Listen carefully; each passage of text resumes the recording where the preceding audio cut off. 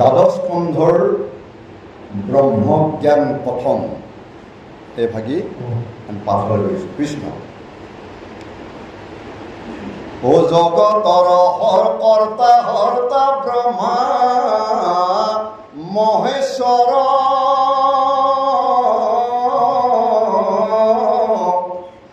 যাহাৰ অধীন দুয়ো দেৱ নিৰন্তৰ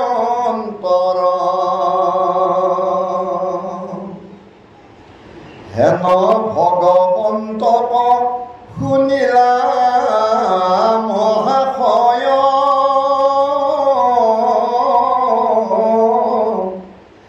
আৰু আছে নৃপতি তোমাৰ মৃত্যু ভয় আউৰ কি মৰিবা তুমি আপুনি কৃতাৰ্থ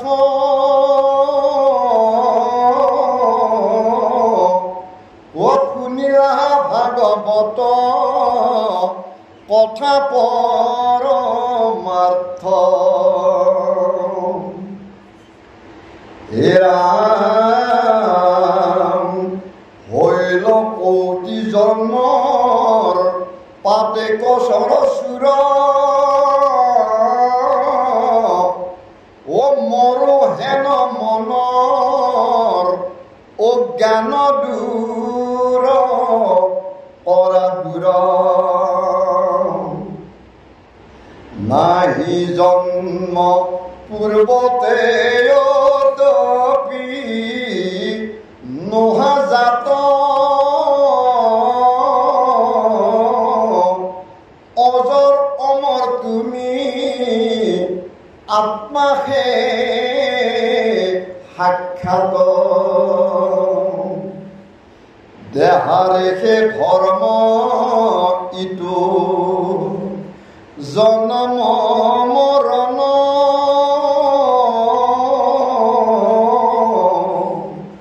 ও দেহাতে সে সন্দেহ হয়ে দেহ উৎপন্ন।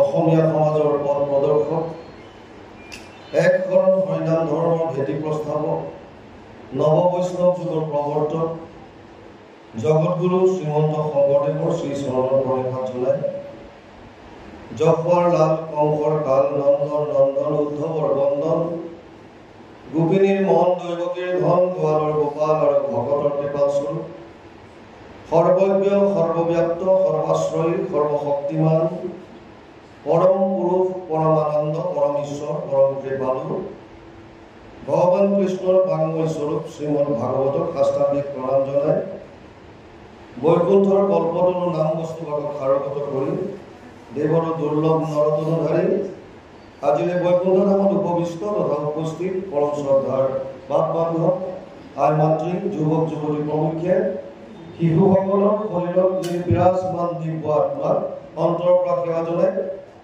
বিষ্ণু বৈষ্ণৱৰ কথাৰে সমৃদ্ধ ভক্তি জ্ঞান আৰু বৈৰাগ্য বৰ্ধনকাৰী শ্ৰীমদ ভাগৱতৰ কিছু চৰ্চা কৰিবৰ বাবে আগবাঢ়িছোঁ। জয় জয়তে যিসকল উদ্যোক্তাৰ উদ্যোগত তথা ভক্তপ্ৰাণ ৰাইজৰ দান বৰঙণিৰ দ্বাৰা মহাপুৰুষ মাধৱদেৱৰ 537 সংখ্যক আৱিৰ্ভাৱ মহোৎসৱৰ লগত সংগতি ৰাখি প্ৰভু ভগৱন্তৰ লীলাসমূহ শ্ৰৱণ কীৰ্তন কৰাৰ যি অনুষ্ঠান অনুষ্ঠিত কৰিছে সেই সমস্ত বাপ বান্ধৱ আই মাতৃৰ শ্ৰীচৰণত আমি আমাৰ শ্ৰদ্ধা পৰাজ্ঞানী দিছোঁ। কাৰণ দৈনন্দিন জীৱনত আমি যি তিনিটা তাপৰ পৰা তাপিত হৈ আছোঁ আধি দৈবিক আধি ভৌতিক আৰু আধ্যাত্মিক আধি দৈবিক সেইবিলাক তাপ যিবিলাক দৈৱবশত আমি পাওঁ যেনে আজি প্ৰায় এমাহমানৰ আগত ম্যানমাৰত ভূমিকম্পত প্ৰায় 1700 মানুহে প্ৰাণ হেৰুৱাবলগীয়া হৈছে।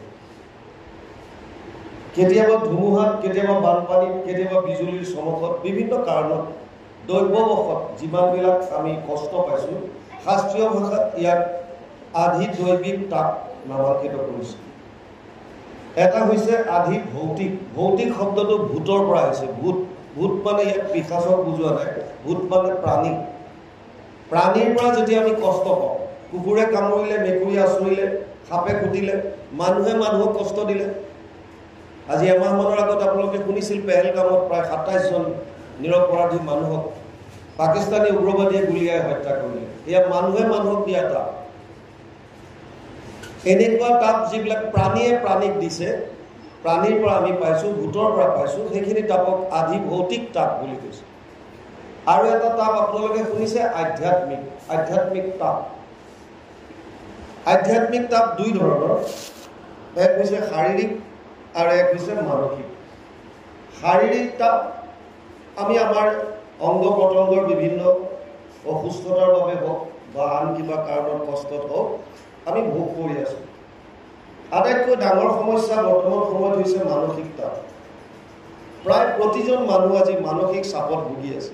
আপোনালোকে জানি আচৰিত হ'ব, কণমানি ল'ৰাটোৰ পৰা বুলি বৃদ্ধ বয়সলৈকে সৰু ল'ৰা ছোৱালীৰ এটা চাপ আছে, ইমান পঢ়িব লাগে, ৰাতিপুৱা স্কুললৈ পিঠিত বেগটো দি দিয়ে, সিহঁতে খেলিব বিচাৰে, সিহঁতক পঢ়িবলৈ কয়।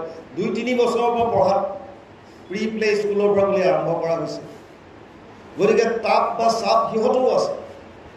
আৰু তেনেকৈ ব্যক্তিকেন্দ্ৰিক, পৰিয়ালকেন্দ্ৰিক, সমাজৰ দায়বদ্ধতাৰ কাৰণে হওক, অফিচ কাছাৰীৰ কাৰণে হওক বা বিভিন্ন কাৰণত প্ৰত্যেকজন মানুহ মানসিক চাপত ভুগি আছে। মানসিক আৰু শাৰীৰিক যি তাপ, এই দুইটাক একেলগে আধ্যাত্মিক তাপ বুলি কৈছে। এতিয়া শাস্ত্ৰত কৈছে যে তিনিওটা তাপৰ পৰা উদ্ধাৰ পাব পৰা, তাপত্ৰায় উন্মূলন। যদি কলি যুগত কিবা সহজ উপায় আছে, সেয়া কৈছে কৃষ্ণত একান্ত শৰণ আৰু ভকতৰ লগত তেওঁৰ লীলাসমূহৰ শ্ৰৱণ কীৰ্তন। গতিকে উদ্দেশ্য যিয়ে নহওক, যেতিয়াই বাপ বান্ধৱ একত্ৰিত কৰি ভগৱানৰ চৰিত্ৰসমূহ, লীলাসমূহ শ্ৰৱণ কীৰ্তন কৰাৰ সুবিধা কৰি দিয়ে, তেওঁলোক শ্ৰদ্ধাৰ পাত্ৰ, সেৱাৰ যোগ্য। সেয়ে আমি পুনৰবাৰ সমস্ত সেৱকীৰ শ্ৰীচৰণত আমাৰ শ্ৰদ্ধা ভৰা সেৱা নিবেদিছোঁ। আজি ডাইৰেক্ট ভাগৱততে সোমাওঁ। ভাগৱত মূল সংস্কৃতত আছে, আপোনালোকে জানে। 12টা স্কন্ধ, 335টা অধ্যায়, 18,000 শ্লোক, 5,96,000 শব্দ আছে আৰু 10টা লক্ষণ আছে ভাগৱতত। তৃতীয় স্কন্ধৰ পৰা লক্ষণসমূহ আৰম্ভ হৈছে। অত্ৰ স্বৰ্গ বিসৰ্গ স্থানম পোষণম উদয় মনন্তৰ এশ অনুকথা নিৰোধ মুক্তি আশ্ৰয় 2:1। দ্বিতীয় স্কন্ধ 10ম অধ্যায় 1ম শ্লোক ভাগৱত। সৰ্গ বিসৰ্গ স্থান পোষণ উতি মনন্তৰ ঈশানু নিৰোধ মুক্তি আশ্ৰয় 10টা লক্ষণ। কিনো লক্ষণ কেইটা বুজিলো। প্ৰথম আৰু দ্বিতীয় যি দুটা স্কন্ধ, এই জাষ্ট ভাগৱতৰ পাতনি বুলি ভাবোঁ, পাতনি। মূল লক্ষণ আৰম্ভ হৈছে তৃতীয় স্কন্ধৰ পৰা। প্ৰথম লক্ষণ আহিছে সৰ্গ। সৰ্গ মানে সৃষ্টি বুজাইছে। আমি নামত গাওঁ কোটি কোটি ব্ৰহ্মাণ্ডৰ হৰি অধিকাৰী। এই কোটি কোটি ব্ৰহ্মাণ্ড স্ৰজন কেনেকৈ হয়, এয়া জানিবৰ কাৰণে তৃতীয় স্কন্ধ অধ্যয়ন কৰিব লাগিব। চতুৰ্থ স্কন্ধত আছে বিসৰ্গ। বিসৰ্গ মানে ছেকেণ্ডাৰী সৃষ্টি বা ব্ৰহ্মা আদিৰ দ্বাৰা সৃষ্টিৰ বিকাশ কেনেকৈ হয়, সেয়া জানিবৰ কাৰণে চতুৰ্থ স্কন্ধ অধ্যয়ন কৰিব লাগিব। পঞ্চম স্কন্ধৰ লক্ষণ হৈছে স্থান, ভূগোল আৰু খগোল। খগোল মানে গ্ৰহ নক্ষত্ৰৰ কথা বুজায়, খং আকাশক বুজায়। খগোলৰ বিষয়ে, গ্ৰহ নক্ষত্ৰৰ বিষয়ে জানিবৰ কাৰণে পঞ্চম স্কন্ধ অধ্যয়ন কৰিব লাগিব। ষষ্ঠ স্কন্ধৰ লক্ষণ হৈছে পোষণ। কোটি কোটি ব্ৰহ্মাণ্ডত যিমান জীৱৰাশি আছে, এই সমস্ত জীৱক প্ৰভু ভগৱন্তই কেনেকৈ পোষণ কৰে, এয়া জানিবৰ কাৰণে ষষ্ঠ স্কন্ধ অধ্যয়ন কৰিব লাগিব, য'ত চিত্ৰকেতু উপাখ্যান, বৃত্তাসুৰ বধ, অজামিল উপাখ্যান বিভিন্ন সুন্দৰ সুন্দৰ কাহিনীৰ দ্বাৰা বৰ্ণনা কৰিছিল। সপ্তম স্কন্ধৰ লক্ষণ হৈছে উতি। উতি মানে বাসনা। আমাৰ 3 ধৰণৰ বাসনা আছে। এক হৈছে দৈবিক বাসনা, এক হৈছে আসুৰিক বাসনা, এক হৈছে মানৱীয় বাসনা। মহন্তৰ কৃপাত বা ভকতৰ কৃপাত দৈবিক বাসনাৰ উদ্ভৱ হয়, এয়া বুজাবৰ কাৰণে সপ্তম স্কন্ধত প্ৰহ্লাদৰ চৰিত্ৰ আছে। মহন্তৰ ক্ষোভত বা ভকতৰ ক্ৰোধত আসুৰিক বাসনাৰ সৃষ্টি হয়, সেয়া বুজাবৰ কাৰণে হিৰণ্যকশিপু আৰু হিৰণ্যক্ষৰ কথা আনিছে। কেনেকৈ বৈকুণ্ঠত থকা স্বত্তেও 4 সিদ্ধই কেনেকৈ সাপ দিলে ক্ৰোধৰ কুমকত, কেনেকৈ তেওঁলোক আহি অসুৰজনীত জন্ম ল'বলগীয়া হ'ল, এই সমস্ত কথা আপোনালোকে সপ্তমত পাব। অষ্টম স্কন্ধৰ লক্ষণ হৈছে মনন্তৰ। মনন্তৰ মানে মনু আৰু মনু পুত্ৰসকলৰ কথা। 14জন মনু আৰু তেওঁৰ পুত্ৰসকলৰ কথা। সেই সময়ত দেৱতা কোন আছিল, ঋষি কোন আছিল, কেনেকুৱা প্ৰচেছ আছিল, এয়া জানিবৰ কাৰণে অষ্টম স্কন্ধ অধ্যয়ন কৰিব লাগিব। নৱম স্কন্ধৰ লক্ষণ হৈছে ঈশানু। ঈশ মানে ৰুলাৰ, শাসনকৰ্তা, পালনকৰ্তা। ঈশ্বৰ বুলি কোৱাৰ লগে লগে আমি ভগৱানকে বুজো, আচলতে তেনেকুৱা নহয়। ভগৱানটো ঈশ্বৰ হয়।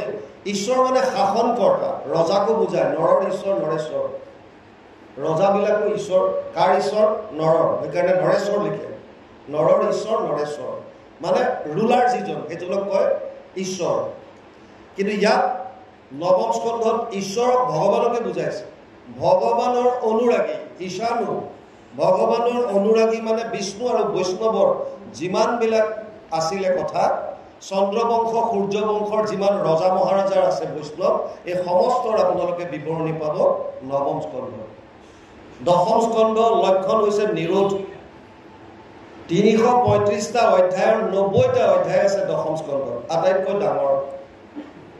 ইয়াক 3টা ভাগ কৰিছে, আদি চোৱা, মধ্য চোৱা, শেষ চোৱা। নিৰোধ প্ৰলয়ৰ সময়ত সমস্ত জীৱৰাশি প্ৰভু ভগৱন্তৰ উদৰত অৱৰুদ্ধ হৈ থাকে। এই কথাটোকে নিৰোধ বুলি কৈছে।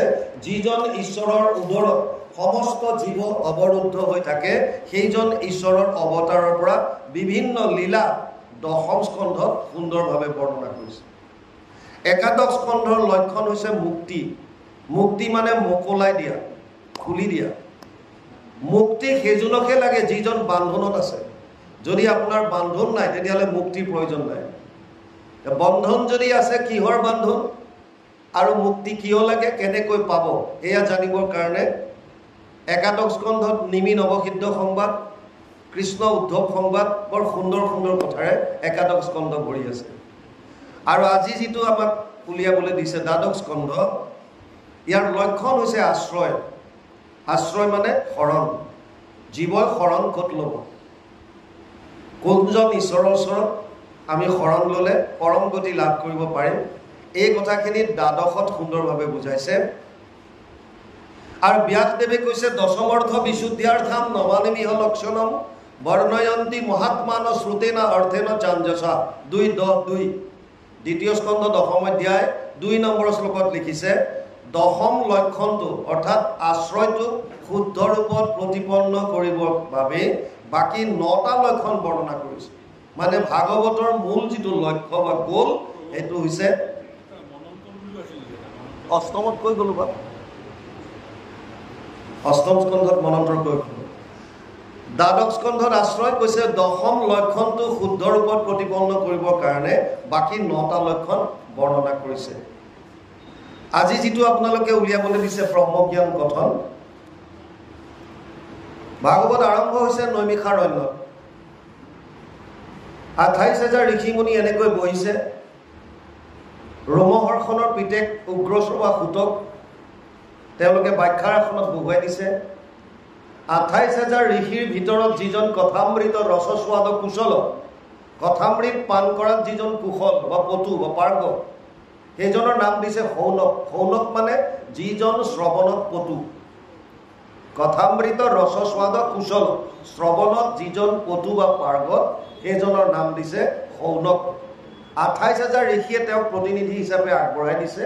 তেওঁ প্ৰশ্ন কৰিছে সূতৰ লগত, আৰু সূতে যিখিনি উত্তৰত কৈছে সেয়াই হৈছে ভাগৱত। শৌনকৰ মূল প্ৰশ্ন এটাই, তেওঁলোকে 1000 বছৰ যজ্ঞ কৰিছিল কলিযুগৰ মানুহৰ কল্যাণ সাধনৰ অৰ্থে। কাৰণ কলিযুগৰ মানুহৰ মতি গতি চব সলনি হ'ব কলিৰ প্ৰভাৱত। আচাৰ ব্যৱহাৰ নীতি নিয়ম বহুখিনি চেঞ্জ হৈ যাব। সেইকাৰণে কলিযুগৰ মানুহে আৰু শাৰীৰিক সামৰ্থ্যতা কমি আহিব।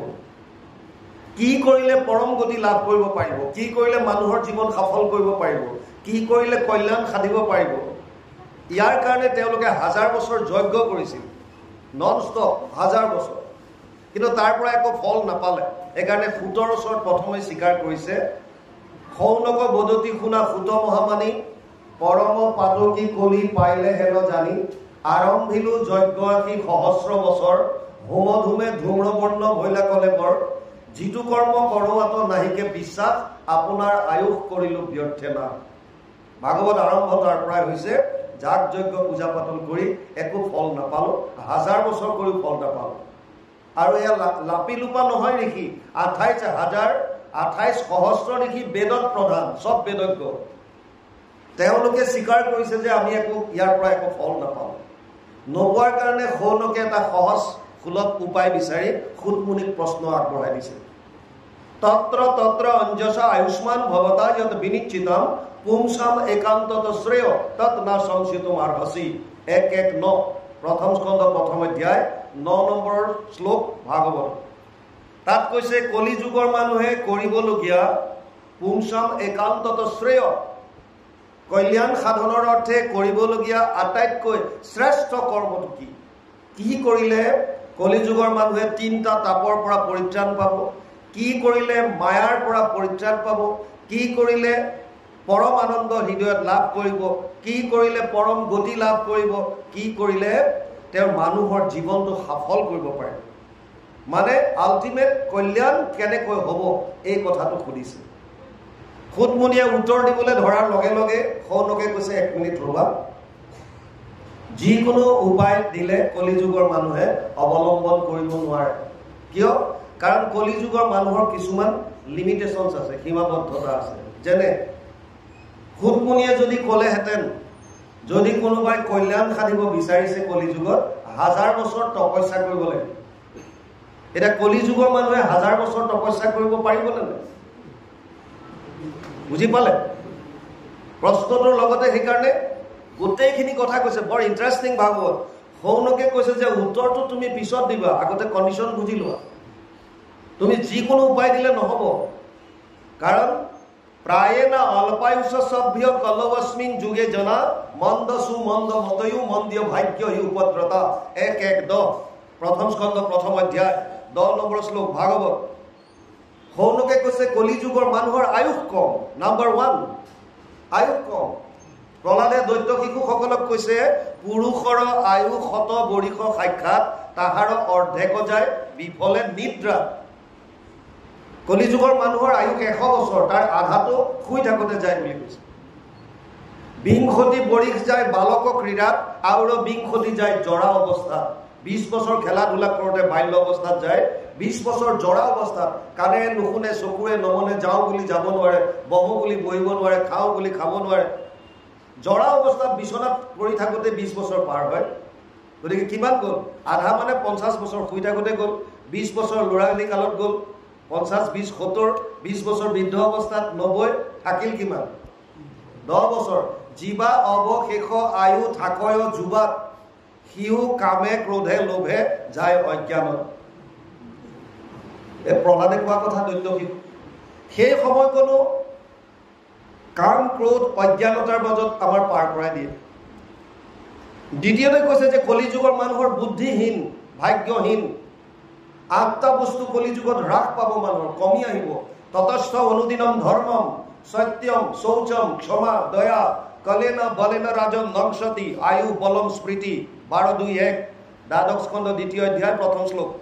ধৰ্ম, সত্য, শৌচ। শৌচ মানে পবিত্ৰতা, পবিত্ৰতা কমি আহিব।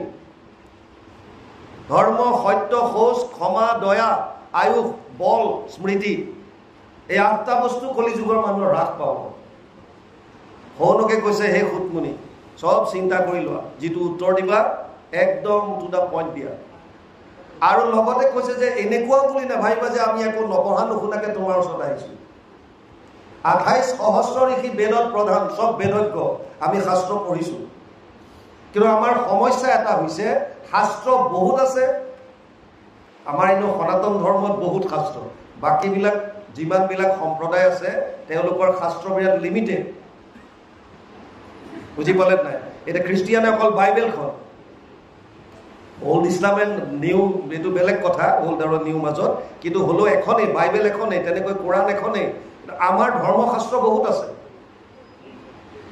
সেইকাৰণে সৌনকে সেইটো ক্লিয়াৰ কৰি দিছে যে হে সুতমুনি, তুমি আৰু এটা কথা বুজি লোৱা, শাস্ত্ৰ আমি পঢ়ি আহিছোঁ।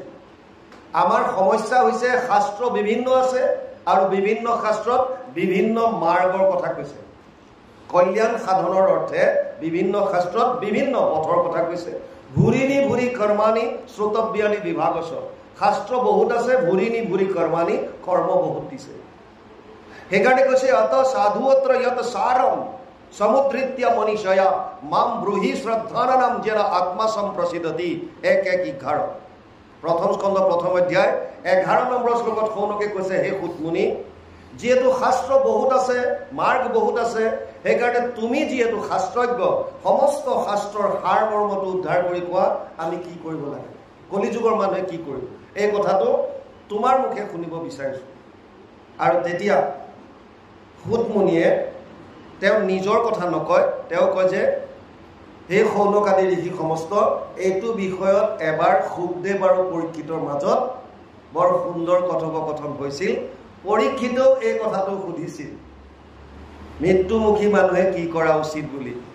অথ পৃষ্ঠমি সংসিদ্ধিম যোগিনাম পৰমম গুৰু পুৰুষস্য যত কাৰ্যম ম্ৰিয়মানস্য সৰ্বদা যত শ্ৰোতব্যম যত জপ্যম যত কীৰ্তিব্যম নৃভি প্ৰভু স্মৰ্তব্যম ভজনীয়ম ৱা ব্ৰুহি যদ বা বিপৰ্যয়ম 1:19-38 পৰীক্ষিতে সুখদেৱক সুধিছিল মৰণ সময়ে তোমাৰ চৰণে পুচুহু গুৰু সাম্প্ৰত মৃয়মান নৰে সদায় কি কৰ্ম কৰিবে ইটো লোকৰ প্ৰশ্ন একদম ক্লিয়াৰ মৃত্যুমুখী মানুহে এই মুহূৰ্তত কি কাম কৰাটো উচিত কাহাক শুনিবে কাহাক জপিবে কাহাক স্মৰিবে নৰে ভজনৰ যোগ্য কোননো দেৱতা কহিও মত সত্তৰে ইয়াতকে ক্লিয়াৰ প্ৰশ্ন আৰু ক'ত পাব কাৰ কথা শ্ৰৱণ কৰিম কাৰ কথা কীৰ্তন কৰিম কাক স্মৰণ কৰিম আৰু ভক্তি কৰাৰ উপযুক্ত দেৱতা কোন লগতে সুধিছে শ্ৰৱণ কীৰ্তন কৰিবাৰ যোগ্য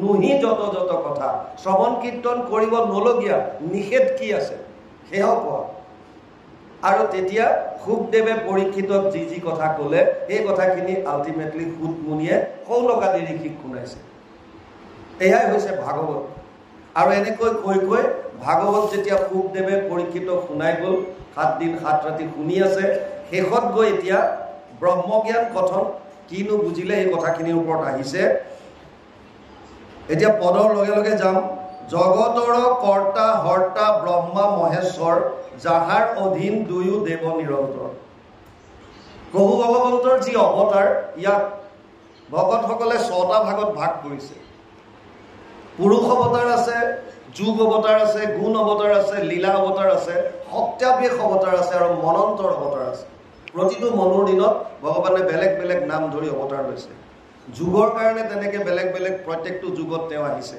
তেনেকে গুণৰ হিচাপত 3 ধৰণৰ কৰিলে সত্য গুণৰ পৰা বিষ্ণু ৰজ গুণৰ পৰা ব্ৰহ্মা আৰু তম গুণৰ পৰা শিৱ বা মহেশ্বৰ এতিয়া এওঁলোকেও ইয়াত জগতৰ হৰ্তা কৰ্তা সৃষ্টি কৰিছে ব্ৰহ্মাই তেওঁৰ দিনত সৃষ্টি কৰে ৰাতি হলে প্ৰলয় কৰে আৰু মহেশ্বৰে কি কৰিছে সংহাৰ কৰিছে প্ৰলয়ৰ সময়ত এই দুজনেও যাহাৰ অধীন দুয়ো দেৱ নিৰন্তৰ হেন ভগৱন্তক শুনিলা মহাশয় আৰু আছে নিপতি তোমাৰ মৃত্যু হয় তুমি সেইজন ঈশ্বৰৰ কথা শুনিছা যিজন ঈশ্বৰক সৃষ্টিৰ পালক আৰু সংহাৰক দুইজন যাৰ অধীন সেইজন ভগৱন্তৰ কথা তোমাক শুনালো সেইজনক তোমাক আশ্ৰয়ৰ কথা ক'লো যিজনক অভয় বুলি কৈছে অভয় পদত শৰণ লোৱাৰ পাছত তোমাৰ আৰু কিবা মৃত্যু ভয় আছে নেকি এই কথাটো কোৱা যেতিয়া আমি প্ৰাৰ্থনা গাই থাকো অভয় শৰণে শৰণ ললো বুলি কিন্তু হলেও আমাৰ ভয় থাকে মৃত্যুৰ কাৰণে ভয় চবৰে আছে কিন্তু আমি গাই আছো শৰণ ক'ত লৈছো অভয় শৰণত যদি অভয় শৰণত শৰণ ললা তেতিয়াহ'লে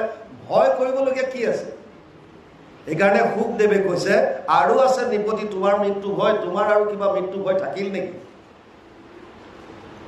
আউৰ কি মৰিবা তুমি আপুনি কৃতাৰ্থ শুনিলাহা ভাগৱত কথা পৰমাৰ্থ ভৈলা কোটি জন্মৰ পাতেক ছয় চুৰ মৰুহেন মনৰ অজ্ঞান কৰা দূৰ আউৰ কি মৰিবা তুমি আপুনি কৃতাৰ্থ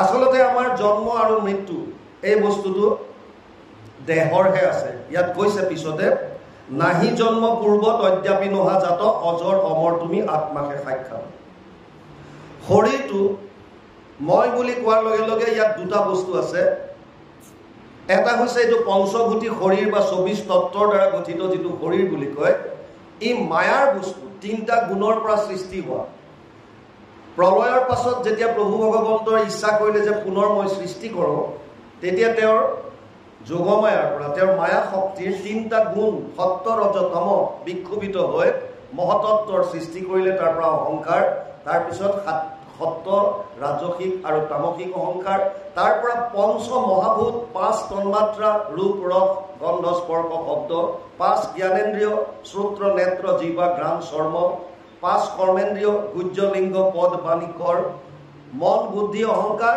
আৰু বহুতে চিত বুলি কয়, কিন্তু গীতাত ইয়াক প্ৰকৃতি বুলি কৈছে। কাৰণ চিত বস্তুটো মায়াৰ পৰা হোৱাটো মানে অকণমান খেলি মেলি আছে। মায়া যিহেতুকে জ্বৰ, যেতিয়া আত্মা যেতিয়া শৰীৰত আহে তাৰপিছত চিত শব্দটো তেতিয়া মানিব পাৰি। কাৰণ শৰীৰত ধাৰণ কৰাৰ পাছত তেতিয়া চৈতন্য কৰাই দিয়ে। আত্মা সোমোৱাৰ লগে লগে জ্বৰটো চৈতন্য হয়। যেনেকৈ ফেনখন এতিয়া ঘূৰি আছে, ফেন যদিও জ্বৰ, কাৰেণ্ট পোৱাৰ লগে লগে ফেনখন এতিয়া মুভমেণ্টত আহিছে, চলিছে।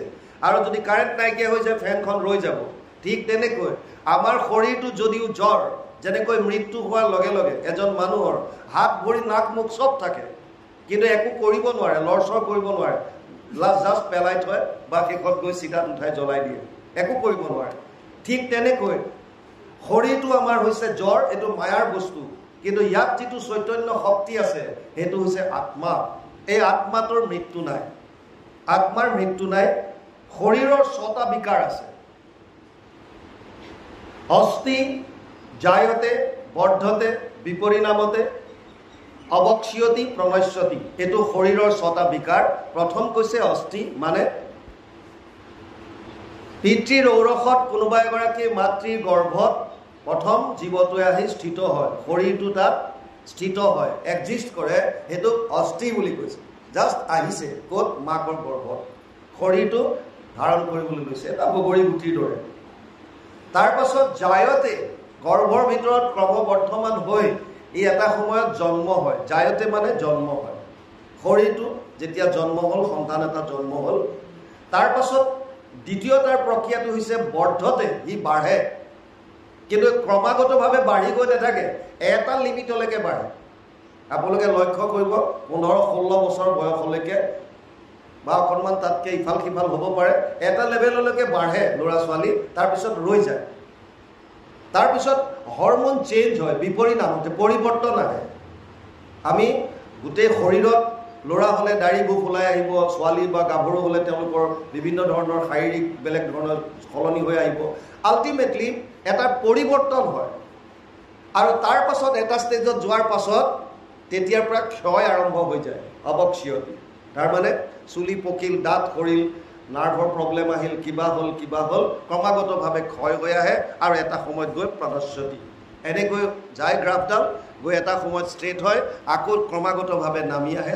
এইটোৱে চাৰ্কল শৰীৰৰ 6টা বিকাৰ। কিন্তু আত্মা অজৰম, ইয়াৰ মৃত্যু নাই, এই শৰীৰটোহে জন্ম আছে।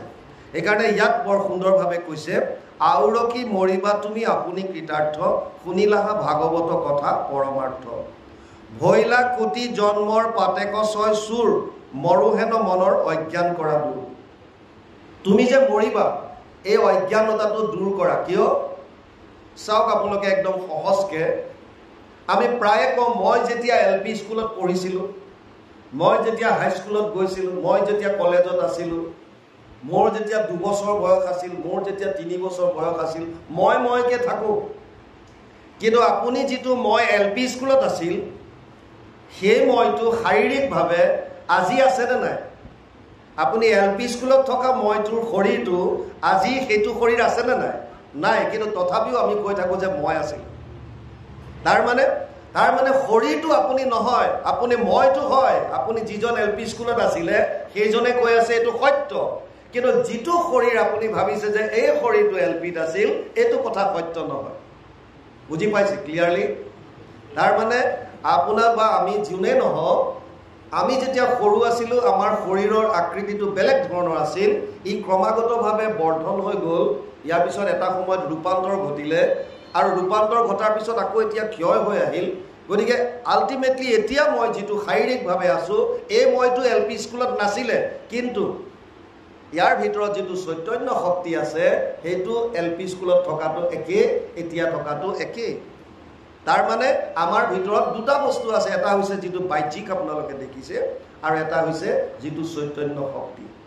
এতিয়া এই শৰীৰটো হৈছে জ্বৰ, গতিকে এজন মানুহৰ যেতিয়া মৃত্যু হয় বুলি কয়, তেতিয়া মৃত্যু হ'লে আত্মাটো ওলাই যায়।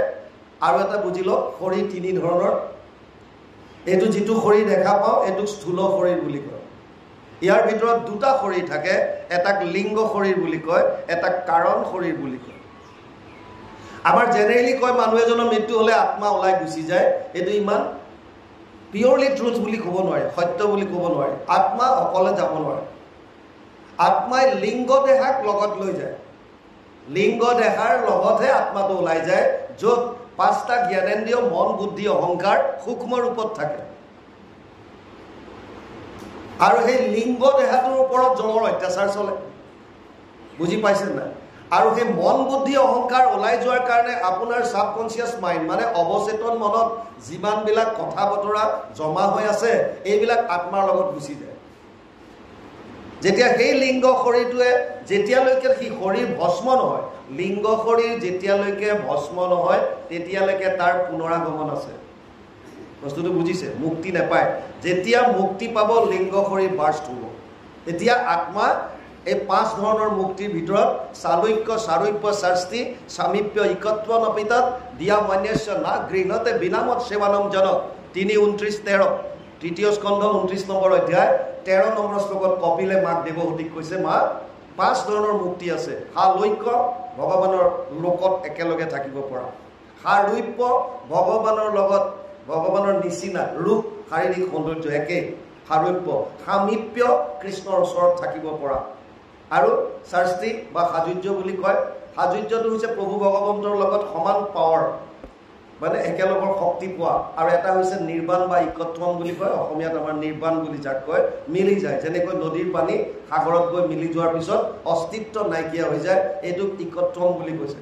ইকত্বম মানে মিলি যায়, নিৰ্বাণ। এয়া হৈছে মুক্তি। আত্মাই যেতিয়া লিংগ শৰীৰ ভস্ম হৈ যাব তাৰপিছত আৰু সি আহিবলৈ কোনো উপায় নাই, তেতিয়া নাহে, তেতিয়া সেইটো মুক্তি, সেইটো নিৰ্বাণ, গুচি গ'ল। এতিয়া তাৰ আগলৈকে যেতিয়ালৈকে লিংগ শৰীৰ থাকিব তেতিয়ালৈকে আত্মাই বেলেগ বেলেগ শৰীৰ ধাৰণ কৰিব লাগে। কেনেকৈ ধাৰণ কৰে সেইটো বুজি লওক। 84 লাখ জুনি আছে, আমাৰ বাপে কৈছিলে। 20 লাখ সব স্থাৱৰ জানো, 9 লাখ জলচৰ সব মানো, 11 লাখ কুৰুম কবি গাवे, পক্ষীগণ 10 লাখ बतावे, 30 लाख पशु जानो हो भाई, 4 लाख बंदर दुखदाई, जब ये 84 लाख कट जावे तब कहूँ मानुष तन पावे। 20 लाख तो गছ গছনি প্ৰজাতি আছে যাক স্থাৱৰ বুলি কৈছে, ইমুভেবল, লৰচৰ কৰিব নোৱাৰে। স্থাৱৰ গছ গছনি প্ৰজাতি আছে 20 লাখ। এটা জীৱই এই গছ গছনি হৈ থাকিবলগীয়া হয় এটা জেগাত, লৰচৰ কৰিব নোৱাৰাকে। 9 লাখ আছে জলত থকা প্ৰাণী প্ৰজাতি, যিকোনো পানীত যিমানবিলাক আছে জলচৰ প্ৰাণী, তাৰ টোটেল প্ৰজাতি শাস্ত্ৰই কৈছে 9 লাখ আছে প্ৰজাতি।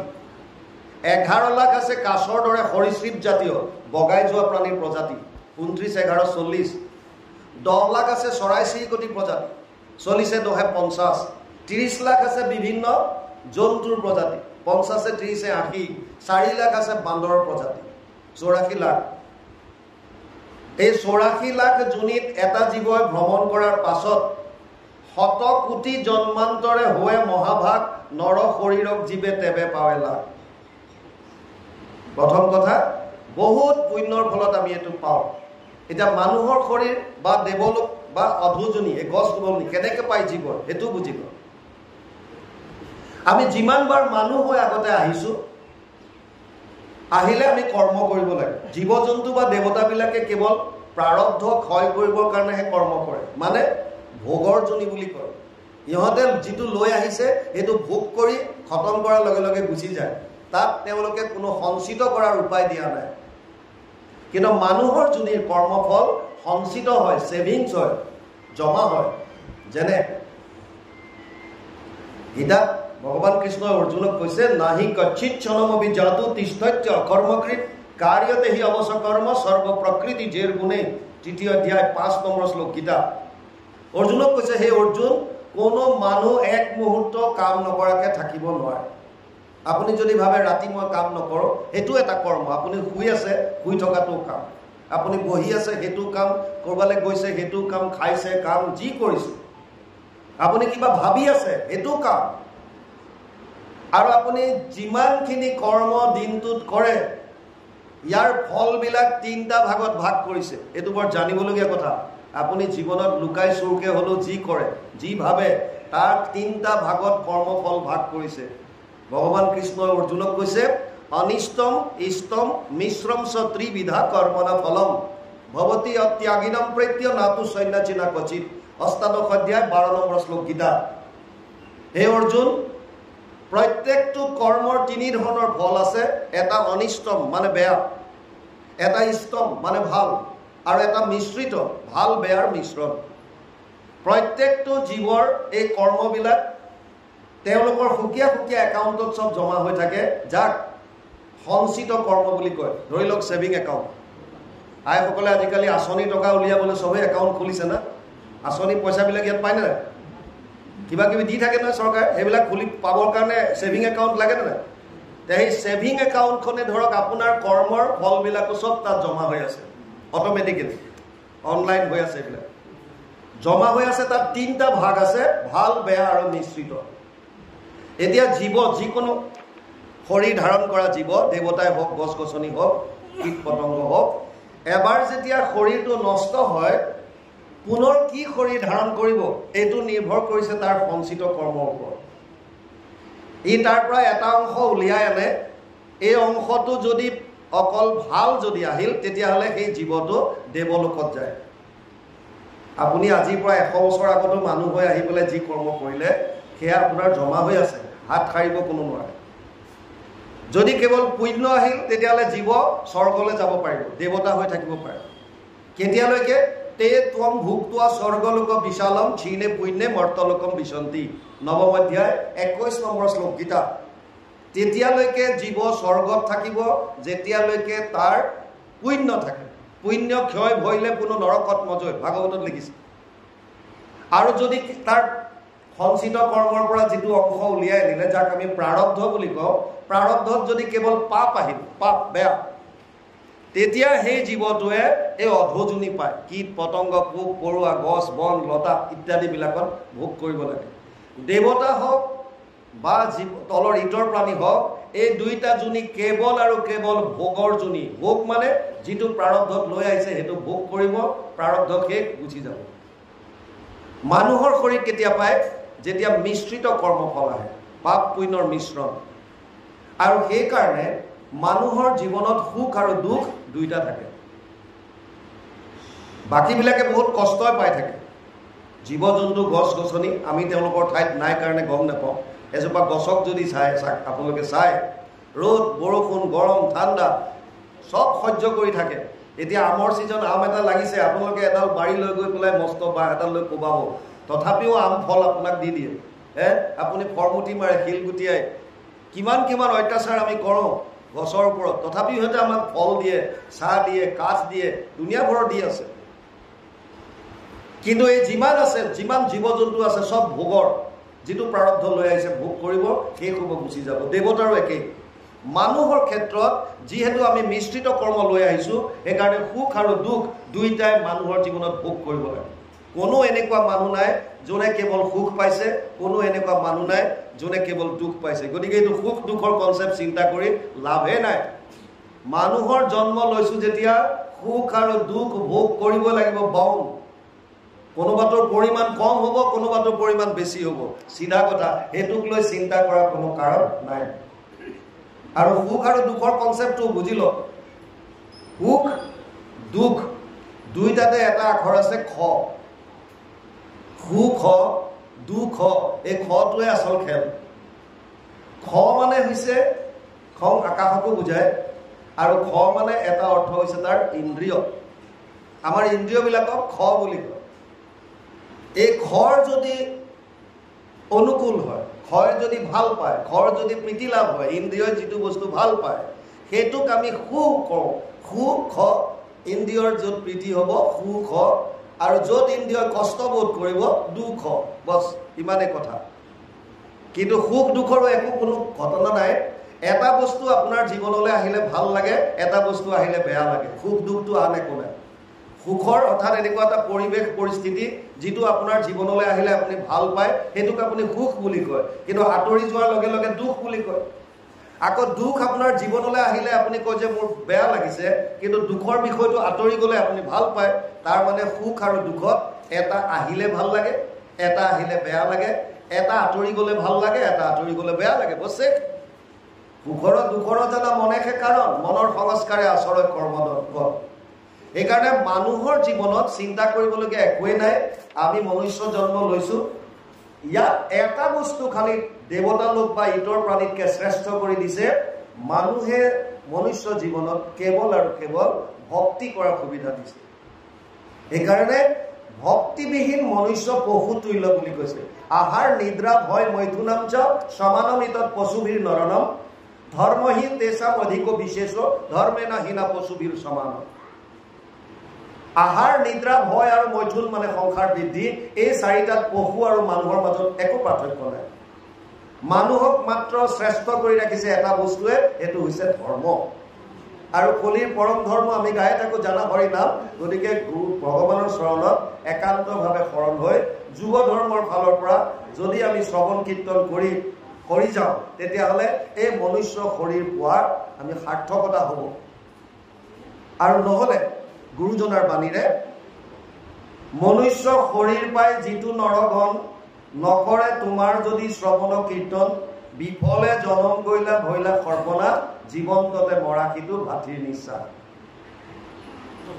গতিকে আল্টিমেটলি আমি হলো আত্মা, আৰু আমাৰ এইটো হৈছে শৰীৰ। জন্ম মৰণ বা শৰীৰটো হৈছে বিনাশী, শৰীৰৰ নাশ আছে, আজি আছে কাইলে নাই, কিন্তু আত্মাটো কেতিয়াও মৃত্যু নহয়।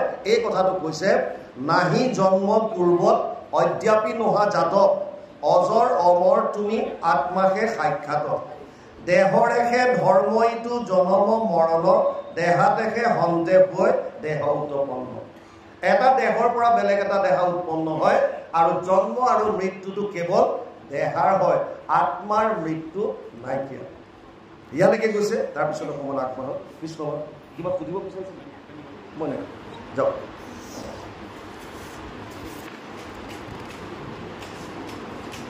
ও দেহতে আশা মাত্র তুমি দেহহীনা, ও যেন অগ্নি থাকতে আস্থক করি ভিন্ন। এরা ও যেন ঘট ভাঙি গলে ঘটৰ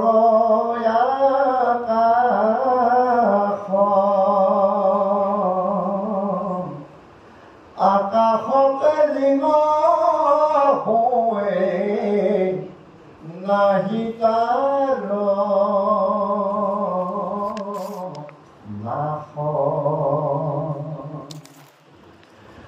জনম মৰণ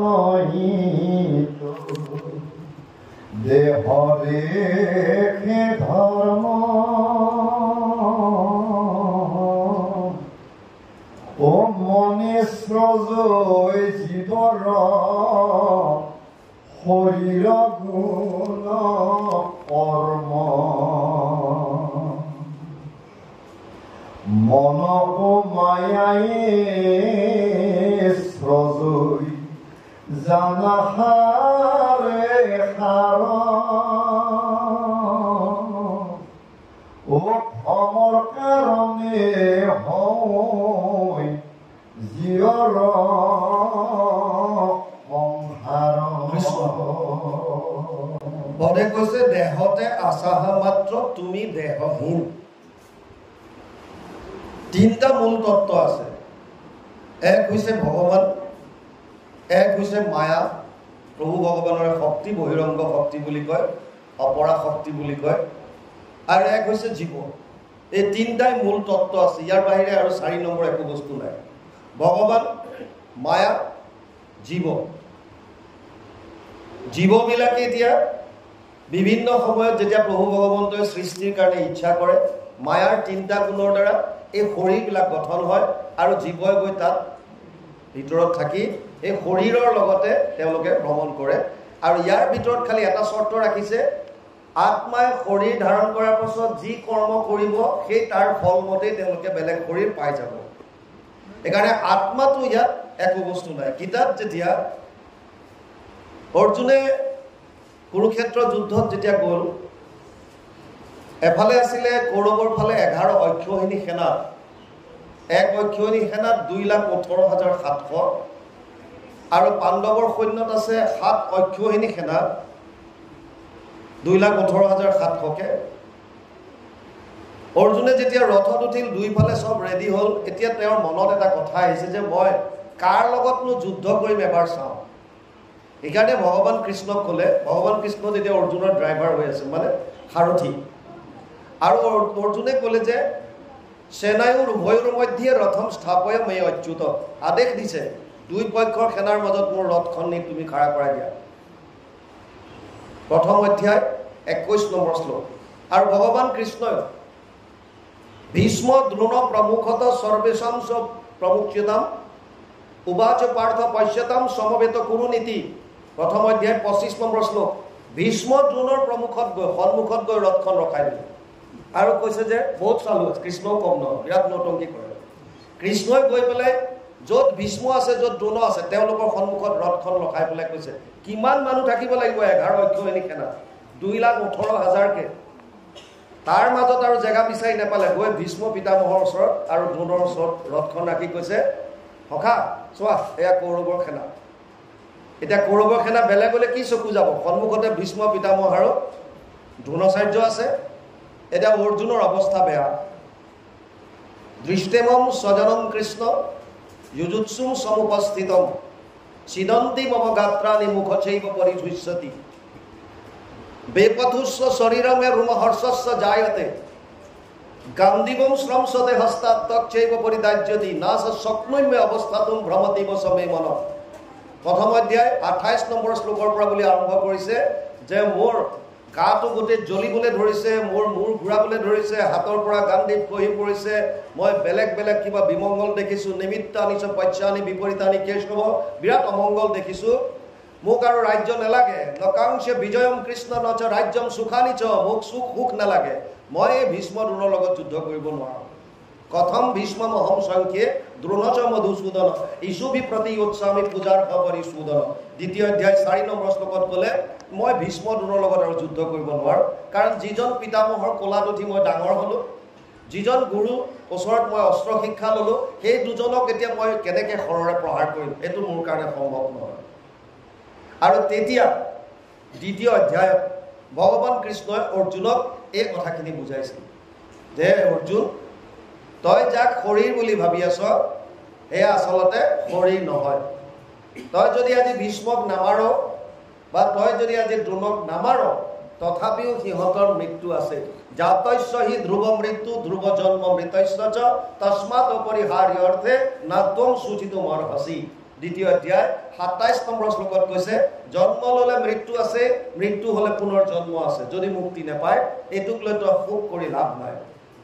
আৰু তই যিবিলাক শৰীৰ দেখিছ, মোৰ এজন কোনোবা শহুৰ হ'ব, এজন পিতামহ, এজন গুৰু, এয়া অমুক এয়া তমুক, ভাই মোৰ, খুৰা মোৰ, এইবিলাক লাভ নাই। কিয়? এয়া শৰীৰ নহয়, চব আত্মা। প্ৰত্যেকটো বস্তু যিমান তই সন্মুখত এইবিলাক দেখিছ, এই শৰীৰবিলাক আচলতে এয়া শৰীৰৰ ভিতৰত সোমাই থকাটো আত্মাহে। সেইবিলাক শৰীৰটোতো আজি আছে কাইলৈ নাই, আৰু আত্মাৰ মৰণ নাই। যেনেকৈ কাপোৰ ফাটি গ'লে মানুহে নতুন কাপোৰ পৰিধান কৰে। এতিয়া যেনেকৈ বিহুত আপোনালোকে বা আমি নতুন বস্ত্ৰ পৰিধান কৰিলে কোনোবাই নতুন কাপোৰ আনি দিলে দুখ পায় নে সুখ পায়? সুখ পায় যে ভাল নতুন কাপোৰ আনিছে, পিন্ধিব লাগে, আনন্দ পাওঁ। ভগৱানে কৈছে যে আত্মাটো এটা শৰীৰ যেতিয়া অযোগ্য বুলি ভাবে, এই শৰীৰটো এৰি দি বেলেগ শৰীৰ ধাৰণ কৰে। যেনেকৈ এখন গাড়ী পুৰণা হ'লে বেলেগ গাড়ী এখন কিনে, বাইক এখন যেতিয়া চলাব নোৱাৰা হ'ল বা তেল বহুত খাইছে বা ৰিপেয়াৰ কৰি থাকিব লাগে লাহেকৈ সেইখন বাইক বেছি দি পেলাই বেলেগ এখন লয় নে নাই তেতিয়া মানুহে বেয়া পায় নে ভাল পায় নতুন বস্তু এটা ল'লে ফূৰ্তি কৰে সেইকাৰণে এতিয়া অৰ্জুনক কৈছে যে তই দুখ কিয় কৰিছ এয়া শৰীৰ তেওঁলোকৰ হৈ যাব সময় হৈ গ'ল গতিকে এইটো শৰীৰ ত্যাগ কৰিলেও তেওঁলোকে বেলেগ শৰীৰ ধাৰণ কৰিব বাসাংশী জীৰ্ণানি যথা বিহায় নবানি গৃহণতি নৰপৰাণী তথা শৰীৰানি বিহায় জীৰ্ণানি অন্যান্য সংয়াতি নবানি দেহি দ্বিতীয় অধ্যায় 22 নম্বৰ শ্লোক গীতা যেনেকৈ কাপোৰ ফাটি গ'লে নতুন কাপোৰ পৰিধান কৰে তেনেকৈ এটা আত্মাই এটা শৰীৰ নষ্ট হ'লে বেলেগ শৰীৰ ধাৰণ কৰে তেওঁৰ কৰ্মফল অনুযায়ী গতিকে এইটো দুখ কৰিবলগীয়া একো নাই আৰু আত্মাক কোনো অস্ত্ৰ শস্ত্ৰ কাটিব নোৱাৰে নৈনম চিন্দন্তি শস্ত্ৰাণি নৈনম দহতি পাৱক না চৈনম ক্লেদয়ন্তপো না শোষয়তি মাৰুত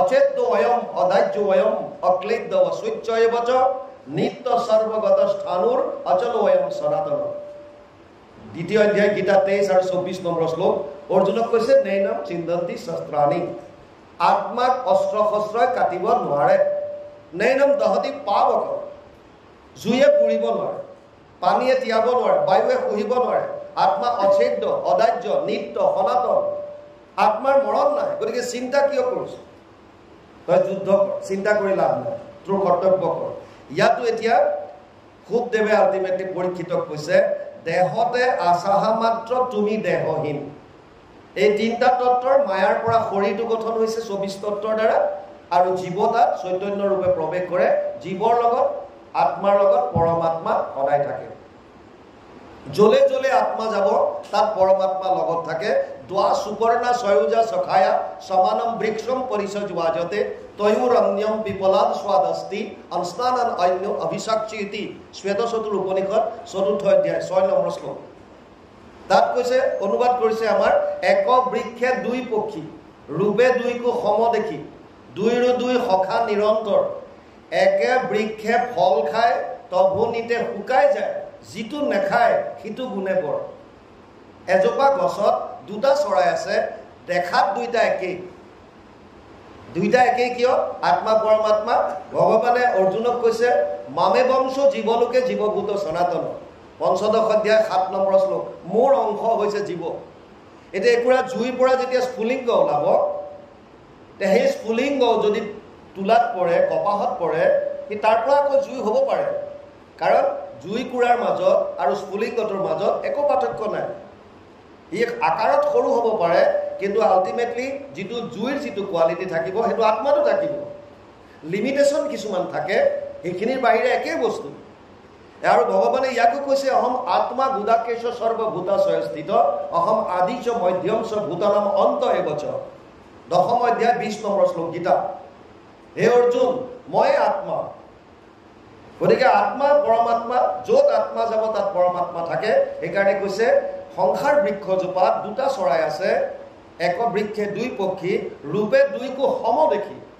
জুই কুৰাৰ যিটো দেখাত যেনেকুৱা লাগিব স্ফুলিংগটো একেই জুইৰে আকাৰ তাত কোনো প্ৰভেদ নাই সেইকাৰণে কৈছে ৰূপে দুইকো সম দেখি দুইৰো দুই সখা নিৰন্তৰ অন্তৰ্বিহীনভাৱে সখা এনেকুৱা নহয় যে অলপ সময়ৰ কাৰণে থাকিল পাছত কেনিবা গুচি গ'ল এৰি থৈ হ'বই নোৱাৰে য'ত আত্মা আছে তাত পৰমাত্মা আছে য'ত আত্মা আছে তাত পৰমাত্মা আছে গতিকে এক বৃক্ষে দুই পক্ষী ৰূপে দুইকো সম দেখি দুইৰো দুই সখা নিৰন্তৰ এক বৃক্ষে ফল খায় তাৰ এটা পক্ষীয়ে ফল খায় কোনটোৱে জীৱ আত্মাই কৰ্মফলবিলাক ভোগ কৰে তভুনিতে শুকাই যায় ফলবিলাক যদি সি খায় শুকাই যায় মানে কষ্ট পায় যিটো নাখায় সিটো গুণে বৰ আৰু যিটোৱে গছজোপাত আছে একো ভোগ নকৰে ই কিন্তু তাগৰা হৈ আছে বুজি পাইছে তেতিয়া কৈছে সেহি তুমি পৰমাত্মা জীৱৰ লগত আছা সংসাৰ বৃক্ষত আছা কৰ্মফল নকৰা ভোজন তুমি যদিও পৰমাত্মা হিচাপে সংসাৰ বৃক্ষত আছা কিন্তু আত্মা বা শৰীৰটোৱে যিমান কৰ্ম কৰিছে তাৰ ফল তুমি ভোগ কৰিব নালাগে জীৱাত্মাও আছে তাতে মায়া অহংকাৰ মতে কৰ্মফল ভুঞ্জে সৰ্বক্ষম জীৱাত্মাও তাত আছে সি কিন্তু কৰ্মফল ভোগ কৰিব লাগে ডিফাৰেন্সটো তাত আত্মা পৰমাত্মা আপোনালোকৰ ইয়াত কেনেকুৱা নাজানো আমাৰ ফালে আজিকালি এটা ফেশ্বন ওলাইছে এই গাঁৱৰ নামঘৰটোত ভগৱানৰ পাৱাৰটো কম বোলে 25% 30% এনেকুৱা বেলেগত শৰাই দিব যায় তাত গৈ শৰাই দিলেহে মনোবাঞ্ছিত ফল পূৰণ হ'ব গাঁৱৰ নামঘৰত থকা ভগৱানৰ পাৱাৰটো কম আছে আৰু শাস্ত্ৰই কৈ আছে বিষ্ঠাৰ গৰ্তত যিটো কীট আছে লেটিনৰ গাঁতত থকা যিটো পোক তাৰ শৰীৰত যিটো আত্মা আত্মাৰ লগত যিজন পৰমাত্মা আৰু ব্ৰহ্মলোকত থকা ব্ৰহ্মাৰ শৰীৰত যিটো আত্মা আত্মাৰ লগত যিজন পৰমাত্মা আপোনাৰ মোৰ শৰীৰৰ আত্মাৰ লগত যিজন পৰমাত্মা কুকুৰ মেকুৰী ছাগলী যত যিমান জীৱ যাৰ লগতে য'তে আত্মা আছে তাত পৰমাত্মা যিজন আছে এজন একম সব ডিফাৰেন্স একো নাই একো ডিফাৰেন্স নাই এইকাৰণে এনেকুৱা কথা মনলৈ অনাটো ভুল আপোনাৰ নিষ্ঠাৰ কথা দেৱৰ ঈশ্বৰ হৰি তান্ত মহা যত্ন কৰি লৈও এক শৰণ সাক্ষাৎ যাৰ ইচ্ছা মুখ্য পাইবে নালাগে দূৰক যাইবে আছে হৰি খবৰ ইয়াত আছে ঈশ্বৰ গতিকে সেইজন ঈশ্বৰক আমাক আৰাধনা কৰিবলৈ দিছে সেইকাৰণে কোনোবা মূৰ্তিৰ মাজত কৰবাত গৈ পেলাই তাতেই অকল কৰি পেলাই যে তাতেই ঈশ্বৰ আছে এই কথাটো নহয় সেইকাৰণে বহুতে মন্দিৰৰ ভিতৰত বা নামঘৰৰ ভিতৰত চিগাৰেট খাব নাপায় বুলি ভাবে চাধা খাব নাপায় বুলি ভাবে কিন্তু ওলাই গ'লে পাৰে বুলি ভাবে কিয় বাহিৰত পাৰে ভিতৰত ভগৱান আছে ইয়াততো নাই বস্তুটো বুজি পাইছে আৰু গুৰুজনাৰ ধৰ্ম চাওক গুৰুজনাই যিটো ধৰ্ম দিছে ভাগৱত বেষ্ট কপিলে মাক দেৱহতীক কৈছিল মা অহম সৰ্বেষু ভূতেষু ভূতাত্মানাম অৱস্থিত সদা তম অৱজ্ঞায় মাম মৰ্ত কুৰুতে অৰ্চ বিৰম্বনম 3:29-21 তৃতীয় স্কন্ধ 29 নম্বৰ অধ্যায় 21 নম্বৰ শ্লোক তাত কৈছে যে মা মই সমস্ত প্ৰাণীৰ শৰীৰত বিৰাজমান হৈ আছো চৈতন্য ৰূপে আত্মা পৰমাত্মা ৰূপে মোক অৱজ্ঞা কৰি যিসকলে মূৰ্তিত মোক পূজা কৰে এইটো অতি বিৰম্বনৰ কথা সমস্ত ভূতত মই আছো সৰ্বক্ষণে মোহক অৱজ্ঞা আতি কৰে যিটো জনে বেদমন্ত্ৰে প্ৰতিমাত কৰয় অৰ্চন নাহি তাৰ ফল কিছু হবে বিৰম্বন ইয়াক কপিলে কোৱা কথা কাৰণ সকলোৰে হৃদয়ত আছে সেইকাৰণে আমাৰ ইয়াত ভকতৰ সেৱা ক'লে আৰু গুৰুজনাই কি লিখিলে সমস্ত ভূতত ব্যাপী আছো মই হৰি সবাকো মানিবা তুমি বিষ্ণু বুদ্ধি কৰি বৈকুণ্ঠ বয়ানত কীৰ্তনত লিখি থৈ গৈছে উদ্ধৱক কোৱাৰ চলেৰে আমাক কৈছে সমস্ত প্ৰাণীৰ শৰীৰত আছো বুলি কৈছে গতিকে পৰমাত্মা আত্মাৰ লগত থাকে আৰু যদি সহজকৈ বুজিব বিচাৰিছে যেনেকৈ গাড়ীখন জ্বৰ তাত এজন ড্ৰাইভাৰ হ'লে গাড়ীখন চলে ড্ৰাইভাৰজনৰ আকৌ আত্মা থাকিলেহে সি চলাব পাৰিব তাৰমানে ড্ৰাইভাৰজন অকল শৰীৰটো হৈ যদি মৃত শৰীৰ এটা বহাই দিয়ে তেতিয়াও চলাব নোৱাৰে বুজি পালে ঠিক এতিয়া আমাৰ ইয়ালৈ আহক এই শৰীৰটো জ্বৰ গাড়ী ইয়াৰ ভিতৰত এটা আত্মা আছে এইটো চৈতন্য আত্মাটোৱে শৰীৰটো চলাই আছে আত্মাটোৰ ভিতৰৰ যিটো আত্মা সেইটো পৰমাত্মা বুজি পালে একে সহজকৈ বুজাবৰ কাৰণে মানে আত্মাৰো আত্মা যিজন সেইজন পৰমাত্মা গতিকে আত্মা পৰমাত্মাৰ কেতিয়াও বেলেগ হ'ব নোৱাৰে আত্মা য'ত আছে তাত পৰমাত্মা থাকিবই যেনেকৈ গাড়ীখনত ড্ৰাইভাৰ হ'লে চলাব ড্ৰাইভাৰজনৰ ভিতৰত আত্মা থাকিলেহে চলাব পাৰিব ঠিক তেনেকৈ শৰীৰটোক তেতিয়ালৈকে চলিব যেতিয়ালৈকে আত্মা আছে আত্মা তেতিয়ালৈকে থাকিব যেতিয়ালৈকে পৰমাত্মা আছে তাৰ মানে পৰমাত্মা আত্মা শৰীৰ মিলি পেলাইহে আমাৰ শৰীৰটো চলন হৈছে ইয়াত কৈছে এতিয়া দেহতে আছাহা মাত্ৰ তুমি দেহহীন যেন অগ্নি থাকন্তে কাষ্ঠটো কৰি ভিন প্ৰত্যেকডাল কাঠতে অগ্নি আছে আগতে ঘৰখন কৰি উলিয়াইছিল সমস্ত কাষ্ঠত বহনি আচন্ত বিয়পি ঘড়ীখন বিনে তাক নহন্ত কদাপি ঘড়ীখন বিনে ব্যক্ত নহন্ত কদাপি প্ৰত্যেকডাল কাঠত বা শিলত জুই আছে কিন্তু যেতিয়ালৈকে আপুনি ঠোকৰ নামাৰে যেতিয়ালৈকে ঘড়ীখন নকৰে তেতিয়ালৈকে দেখা নাপাওঁ তেনেকৈ সমস্ত প্ৰাণীত ভগৱান আছে যেতিয়ালৈকে আপোনাৰ মনত ভক্তিভাৱ নাহিব তেতিয়ালৈকে আপুনি দৰ্শন নাপাব আকবৰে এবাৰ এটা প্ৰশ্ন কৰিলে বীৰবলক বীৰবল এই তুমি যে ভগৱান ভগৱান কৈ থাকা তোমাৰ এই ভগৱানটো আছে ক'ত ভগৱানটো ক'ত আছে মোক তুমি দেখুৱাই দিব লাগিব নাম্বাৰ 1 দ্বিতীয় তোমাৰ ভগৱানে কি কৰে তৃতীয় তোমাৰ ভগৱানে কি কি নকৰে এই তিনিটা কথা তুমি মোক বুজাই দিব লাগিব আৰু যদি বুজাই দিব নোৱাৰা তেতিয়াহ'লে তুমি শাস্তি পাবা কিমান দিন লাগিব বোলে এসপ্তাহ লাগিব মিনিমাম আৰু বীৰবলে বহুত ভয় পালে কাৰণ এইযোৰ মানুহক বুজাম কেনেকৈ বুজোৱাটো ডাঙৰ কথা আপুনি মানুহক সবকে যে বুজাব পাৰিব এইটো ডাঙৰ কথা বহুত এটা ডাঙৰ কথা এটা মানুহে গৰু এহাল কিনি আনিছে বাটত কেইটামান লৰাই ভাবিলে ইয়াৰ পৰা আজি গৰুহাল যেনে তেনে হোক আমি আনিম গতিকে তাক সবেই মানে সুধিছে ঐ গৰু কিমানত ল'লি সি ক'লে 25,000 টকা ক'ত পইচা পালি এই আইগৰাকীয়ে সব এইবিলাক কাণৰ ডিঙিৰ যত যিমান আছিল অলংকাৰ বেছি পেলাই গৰুহাল আনিলে এই তই বৰ ভুল কৰিলি নহয় এই এনেকুৱা গৰুটো বোলে 5,000 6,000তে পায় তই বৰ ভুল কৰিলি সি কি ক'ব অলপ দূৰ আহে সিহঁতৰ লগৰ আৰু এটা বাটত ৰৈ থাকে তাক আকৌ কয় ঐ গৰু কিমানত আনিলি সি কৈছে 25,000 পইচা ক'ত পালি এই আইগৰাকীৰ অলংকাৰ বেছি আনিলোঁ তই বৰ ভুল কৰিলি এয়া গৰুটো এনেকুৱা 2-3 হাজাৰতে পায় এনেকৈ কৰি কৰি আহি আছে ঘৰলৈ অহাৰ পাছত সি অতিষ্ঠ হৈ গ'ল ল'ৰাকেইটা ঘৰলৈ আহিল আৰু ঘৈণীয়েকক ক'লে হ'ব আপোনাৰ মানুহটোতো বৰ বেয়া কাম কৰিলে কি কৰিলে এই আপোনাৰ অলংকাৰ সোপা দিলে বেছি মেলি এয়া গৰু আনিছে এয়া গৰুটো আপোনাৰ 2-3 হাজাৰ টকাতে পায় 25,000 টকা দি আনিছে মানুহটোৰ খং উঠিল আৰু খং উঠি ক'লে শুনা যদি তোমালোকে মোক এই কথাটো বুজাই দিব পাৰা যে মই ভুল কৰিলোঁ তেতিয়াহ'লে গৰুহাল তোমালোকক দি দিম যদি বুজাই দিব পাৰা কাইলৈ সময় দিছোঁ কাইলৈ আহিবা আটাইকেইটা মোক বুজাব লাগিব যে মই 25,000 টকা দি মোৰ পত্নীৰ অলংকাৰ বেছি 25,000 খৰচ কৰি গৰুহাল আনি মই ভুল কৰিলোঁ এই কথাটো মোক তোমালোকে যদি কাইলৈ বুজাই দিব পাৰা তেতিয়াহ'লে গৰুহাল তোমালোকৰ আৰু যেতিয়া ল'ৰাকেইটা গুচি গ'ল ঘৈণীয়েকৰ আৰু খং উঠি গ'ল এইটো কেনেকুৱা মানুহ যদি ইহঁতে বুজাই দিয়ে তেতিয়াহ'লে গৰুহালো গ'ল মোৰ অলংকাৰো গ'ল চব শেষ মানুহটোৱে কৈছে চিন্তা নকৰিবা কিয় সিহঁতে বুজাবহে মই নুবুজিলে হ'ল বুজি পালে সিহঁতে বুজাই থাকিব দিয়া মই নুবুজো আমাৰো সমাজত এক শ্ৰেণী তেনেকুৱা আছে আপুনি যিমানে বুজাই থাকক আপুনি ৰেফাৰেন্স দিয়ক কিতাপ উলিয়াই দিয়ক শাস্ত্ৰৰ উত্তম গীতা ভাগৱত দেখুৱাই দিয়ক শ্লোক নাম্বাৰ কৈ দিয়ক শাস্ত্ৰ উলিয়াই পঢ়াই দিয়ক ঠিকে আছে কিন্তু এইটো আপুনি কিন্তু এটালৈ লৈ গুচি যাব আপুনি বুজাই লাভ নাই তেতিয়া বুজি পাইছেনে এতিয়া বীৰবলক যেতিয়া সুধিলে আকবৰে বীৰবলে ক'লে ঠিক আছে 7 দিন সময় দিয়ক মই চেষ্টা কৰিম আৰু ঘৰলৈ গৈ পেলাই এইটো মন চন বেয়া একদম জ্বৰ চৰ উঠি গৈছে শুই আছে জীয়েকজনী আছিল অকণমানি সৰু ছোৱালী জীয়েক আহি পেলাই মূৰটো পিটিকি পিটিকি সুধিছে দেউতা কি হ'ল কৈছে নকবি তই বুজি নাপাবি আজি ৰজাই বৰ বেয়া প্ৰশ্ন এটা কৰিলে নাই নাই কোৱাচোন কি হ'ল কোৱা নাই তই বুজি নাপাবি তই এইবিলাক শুনি লাভ নাই যা এইটো বহুত ডাঙৰ কথা কৈছে আধ্যাত্মিক তই বোলে মই তোমাৰ ছোৱালীহে তুমি কোৱা মোক কি কৈছে তেতিয়া ক'লে যে এইটো কৈছে যে ভগৱান আছে যদি ক'ত আছে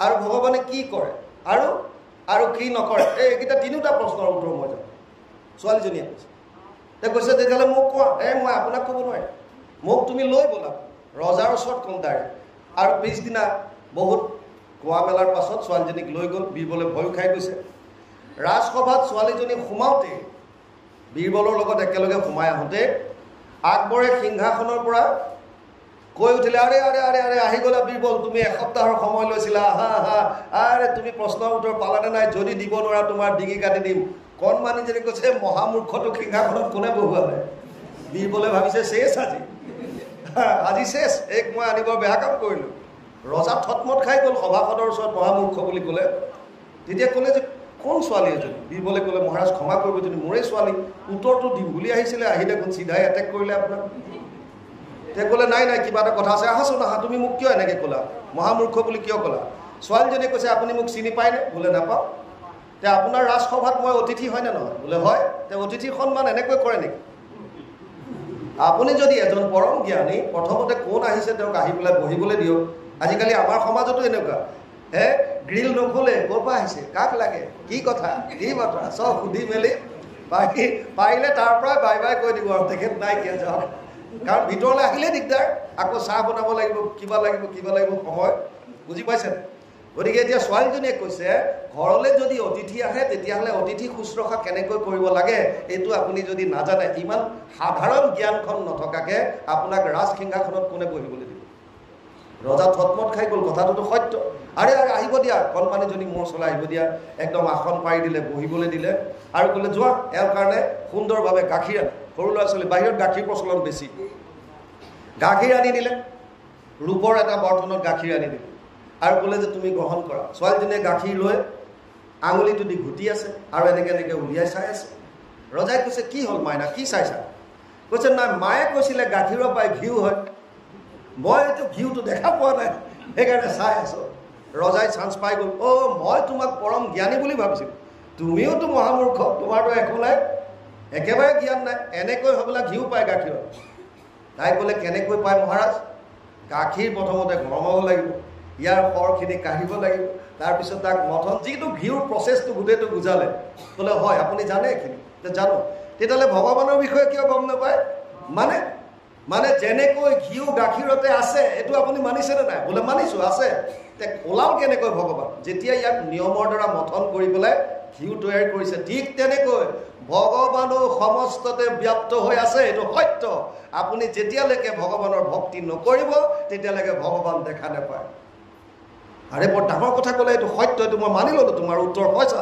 ঠিক আছে দ্বিতীয়টো কোৱা তোমাৰ ভগৱানে কি কৰে তেতিয়া ক'লে প্ৰশ্ন যোনে কৰে সেইজনক কি বুলি কয় আৰু যোনে উত্তৰ দিয়ে সেইজনক কি বুলি কয় ক'লে যোনে উত্তৰ দিয়ে সেইজন গুৰু কৈছে এতিয়া তুমি সিংহাসনত বহি আছা মই তোমাৰ তলত আৰু মোক গুৰুৰ সন্মান দিছা প্ৰশ্ন তুমি কৰি আছা তেতিয়া কি কৰিব লাগিব মোক তালে দিয়া তুমি ইয়ালে আহা প্ৰশ্ন কৰিছা যেতিয়া ৰজাই মানি ল'লে আৰু গৈ ছোৱালীজনীক সিংহাসনত বহুৱাই ৰজা তলত আহি কৈছে দিয়া এতিয়া উত্তৰ দিয়া কি কৰে কৈছে এতিয়াও বুজি পোৱা নাই পোৱা 5 মিনিট আগত তুমি ক'ত আছিলা বোলে সিংহাসনত আৰু এতিয়া ক'ত আছা তলত ভগৱানে সেইটোৱে কৰে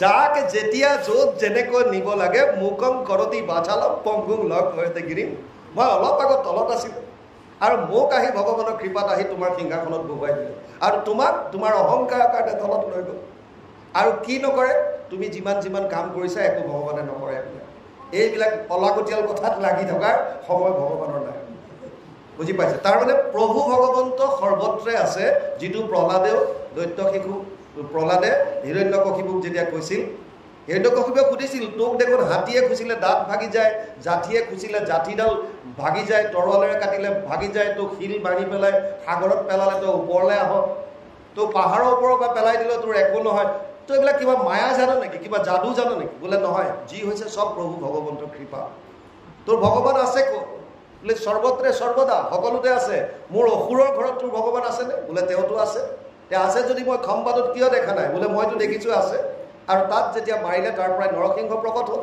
তাৰ মানে কি বুজাইছে মানে ভগৱান সকলোতে আছে অহম সৰ্বেষু ভূতেষু ভূতাত্মানম অৱস্থিত সদা কপিলে মাক দেৱহূতিক সেইটো কথা কৈছে সকলোতে ব্যাপ্তমান হৈ আছে ইয়াত কৈছে যেন ঘট ভাঙি গ'লে ঘটৰ আকাশতে লীন হৈ নাহি তাৰণা ঘট মানে কলহ আকাশ মানে স্পেচটো খালী জেগা কলহৰ ভিতৰত যিখিনি খালী জেগা থাকে কলহ এটা বনাই দিলে আৱৰি গ'ল ইয়াৰ ভিতৰৰ খালী জেগাখিনি আকাশ বুলি কৈছে ভাঙি দিলেও আকাশখিনি নাইকিয়া হৈ যাব নেকি আকাশটো আকাশতে বিলীন হ'ব আকাশটো নাইকিয়া নহয় ইয়াৰ খালী জেগাখিনি কলহৰ ভিতৰত আবদ্ধ কৰি থাকোঁতে যিখিনি আছিল কলহটো ভাঙি দিলেও ই আল্টিমেটলি থাকিবই সি আকাশতে বিলীন হৈ আছে বুজি পাইছে ইয়াক সেইকাৰণে কৈছে জনম মৰণ ইটো দেহৰ দেখে ধৰ্ম মনে স্ৰজৈ জীৱৰ শৰীৰ গুণ কৰ্ম যদিও শৰীৰৰহে ধৰ্ম হৈছে জনম মৰণ এই গোটেইখিনিৰ মূল বস্তুটো হৈছে মন কেনেকৈ চাওক ভগৱানৰ 3টা শক্তি মই কৈছিলোঁ এটা ভগৱান চিত শক্তি এটা মায়া শক্তি এটা জীৱ মায়া চতুশ্লোকী ভাগৱতত মায়াৰ বিষয়ে কৈছে যেতিয়া প্ৰভু ভগৱন্ত নাৰায়ণৰ নাভি কমলৰ পৰা ব্ৰহ্মাৰ সৃজন হ'ল পদ্মকল্পত আৰু তেওঁ ওলাই আহি চাৰিওফালে চালে দেখিলে কেৱল জল আৰু জল পানী আৰু পানী মই ক'ৰ পৰা আহিলোঁ কি কৰিলোঁ কোনো নাই মোৰ অস্তিত্ব কি জানিবৰ কাৰণে পুনৰ পদুম ঠাৰিডালেদি প্ৰভু ভগৱন্তৰ উদৰত গ'ল বহু বছৰ ঘূৰি থাকিলে একো পাত্তা নাপালে আকৌ ওলাই আহিল এইবাৰ ওলাই আহোঁতে এটা শব্দ শুনিলে টপ টপ আৰু তেওঁ চাৰিওফালে চাওঁতে 4খন মুখ হ'ল তাৰপাছত তেওঁ তপস্যা কৰিলে বহু বছৰ কৰোঁতে এইবাৰ ভগৱানে নাৰায়ণে দৰ্শন দিলে বৈকুণ্ঠৰ দৰ্শন কৰালে আৰু ব্ৰহ্মাক ক'লে তুমি আগৰ দৰে সৃজন কৰা এতিয়া ব্ৰহ্মাই আগৰ দৰে সৃজন কৰিবলৈ একো জ্ঞানেই নাই জ্ঞান শূন্য হৈ আছে তেতিয়া প্ৰভু ভগৱন্তই তেওঁৰ হৃদয়ত স্থিত হৈ বেদৰ জ্ঞান দিলে ভাগৱতৰ সংস্কৃতৰ মংগলাচৰণৰ প্ৰথম শ্লোকটোত আছে তেনে ব্ৰহ্ম হৃদয় আদি কবয়ে সেইজনে হৃদিস্থিত হৈ পেলাই যিজনে ব্ৰহ্মাক বেদৰ জ্ঞান দিছিল অৰ্থাৎ বেদ মানে জ্ঞান যিজনে জ্ঞান দিছিল আৰু তেতিয়াই 4টা শ্লোকত ভাগৱত শুনাইছিল 4টা শ্লোকত, যাক আমি চতুশ্লোকী ভাগৱত বুলি কওঁ। এই চতুশ্লোকী ভাগৱতৰ 2য় শ্লোকটোত মায়াৰ বিষয়ে কৈছে। প্ৰথমটোত ভগৱানৰ এক্সিষ্টেঞ্চৰ বিষয়ে কৈছে, ভগৱান যে থাকে, অহমেব সময় অগ্ৰে নান্যম সদ অসৎ পৰম পশ্চাদহম যদেতচ্চ যো অৱশিষ্যতে সোষ্ময়হম। সৃষ্টিৰ আদিত মই আছিলোঁ, মধ্যত মই, শেষত মই। মোক বাদ দিও যত যিমান আছে চবতে মই, যত দেখা যত শুনা ভূত ভৱিষ্যত, স্থাৱৰ জংগময়টো সমস্তে জগত, কৃষ্ণ ব্যতিৰেকে একো বস্তু নাহি জানা, সমস্তে জগত কৃষ্ণ হেন মনে মানা। 2য় শ্লোকটোত কৈছে মায়াৰ কথা। ঋতেৰ্থে যত প্ৰতীয়ত না প্ৰতীয়ত চাত্মানি তদ বিদ্যাত আত্মন মায়া যথা আভাসো যথা তম। 2:33 প্ৰথমটো, 2:34 এইটো। ইয়াৰ অনুবাদ কৰিছে গুৰুজনাই পানীৰ দৰা ভাষাৰে, চবেই বুজিব পৰাকৈ। 2য় অধ্যায়ত আপোনালোকে পাব। অবস্তুক দেখাৱই বস্তুক আৱৰি, এহিকে মোহৰ মায়া জানা নিষ্ঠ কৰি। তাৰমানে মায়াটোৱে কি কৰে? অবস্তুক বস্তু কৰি দেখুৱায়। নাথাকিতো যেন দেখি চন্দ্ৰমাত দুটয়, দুটয় মানে দুটা, নথকাকেও যেনেকৈ চন্দ্ৰ দুটা দেখে, থাকিতো ৰাহুক যেন কেহো নেদেখয়। ৰাহু আছে বুলি সবেই কয়, কিন্তু আজিলৈকে দেখা কোনো নাই। সেইমতে মায়া আঁৰ কৰি ঈশ্বৰক আশাৰ বিষয় সদা দেখায় জীৱক। মায়াই ঈশ্বৰৰ ওচৰত আঁৰ কৰে, মানে পৰ্দা এখন দিয়ে আৰু বিষয়বিলাকৰ প্ৰতি আকৃষ্ট কৰে। এইকাৰণে মায়া 2 ধৰণত ভাগ কৰিছে। এক কৈছে জীৱ মায়া, এক কৈছে গুণমায়া। জীৱ মায়া 2 ধৰণৰ, এক হৈছে আৱৰণ, এক হৈছে বিক্ষেপণ। আৱৰণটোৱে আমাৰ ভিতৰতে যদিও ঈশ্বৰ আছে, আমি দেখা নাপাওঁ, কিয়? মনৰ ওপৰত এখন পৰ্দা পেলাই থয়। আৰু বিক্ষেপণটোৱে মনটোক সদায় সংসাৰৰ পলি ঠেলি থাকে। ধন টকা পইচা পুত্ৰ পৰিবাৰ, ইফালে অমুক আছে সিফালে তমুক আছে, মোবাইল চা টিভি চা, এইবিলাক মনে আল্টিমেটলি সিফালে নিয়ে, মায়াৰ খেল চলে। আৰু এটা মায়াৰ ভাগ আছে যাক গুণমায়া বুলি কয়। গুণ 3টা আছে, সত্যম ৰজস তমইতি গুণ প্ৰকৃতি সম্ভৱা। 4ৰ্থ অধ্যায় 5 নম্বৰ শ্লোক গীতা। কেনেকৈ মায়ায়ে মনে কেনেকৈ জীৱৰ শৰীৰ সজে, এই কথাটো বুজাইছোঁ। 3টা গুণ আছে, সত্যম ৰজস তম। 3টা গুণৰ পৰা আমাৰ মনলৈ 3 ধৰণৰ ভাৱ আহে। সত্য গুণৰ পৰা সাত্বিক ভাৱ, ৰজগুণৰ পৰা ৰাজসিক ভাৱ, তমগুণৰ পৰা তামসিক ভাৱ। ইণ্টাৰেষ্টিং কথা, যাৰ যেনেকুৱা মনলৈ ভাৱ আহে ই তেনেকুৱা কৰ্ম কৰে। বুজি পালে? সত্যগুণ যেতিয়া বাঢ়িব, 3টা গুণ চবৰ লগত আছে। এনেকুৱা নহয় যে মোৰ লগত সাত্বিক আছে, আপোনাৰ লগত ৰাজসিক আছে, না, এইটো ইম্পচিবল। 3টা গুণ সকলোৰে লগত আছে। পৰিমাণটো কাৰোবাৰ বাঢ়ে কোনো সময়ত কমে, এনেকৈ থাকে। সত্যগুণ যেতিয়া বাঢ়ি যায়, সত্যগুণৰ কোৱালিটি হৈছে তত্ৰ সত্বম নিৰ্মলত্বাৎ প্ৰকাশকম অনাময়ম সুখ সংগেন বদনাতি জ্ঞান সংগেন চানভ। 4ৰ্থ অধ্যায় 6 নম্বৰ শ্লোক গীতা। অৰ্জুনক কৈছে, হে অৰ্জুন, সত্যগুণটো নিৰ্মলময়, প্ৰকাশময়। আপোনাৰ ভিতৰত থাকি জ্ঞান অগ্নিৰ দ্বাৰা অজ্ঞানতাখিনি দূৰ কৰি দিব। সাত্বিক গুণ ভাৱ অহাৰ লগে লগে মানুহ ঈশ্বৰমুখী হ'ব বিচাৰে, জনকল্যাণ কৰিব বিচাৰে, ভাল ভাল কাম কৰিব বিচাৰে, ধীৰ আৰু স্থিৰ হয়, এটা সময়ত এটা জেগাত বহু সময়লৈকে বহি থাকিব পাৰে, লৰচৰ কৰি নাথাকে, সুন্দৰভাৱে বহি থাকিব পাৰে। এয়া সত্যগুণৰ প্ৰভাৱ। ৰজগুণ যেতিয়া বাঢ়িব, যেতিয়া ৰাজসিক হ'ব, ৰজো ৰাগাত্মকম বৃদ্ধি তৃষ্ণা সংগ সমুদ্ভৱম তদ নিবধ্নন্তি কৌন্তেয় কৰ্ম সংগেন দেহিনাম। 4ৰ্থ অধ্যায় 7 নম্বৰ শ্লোক গীতা।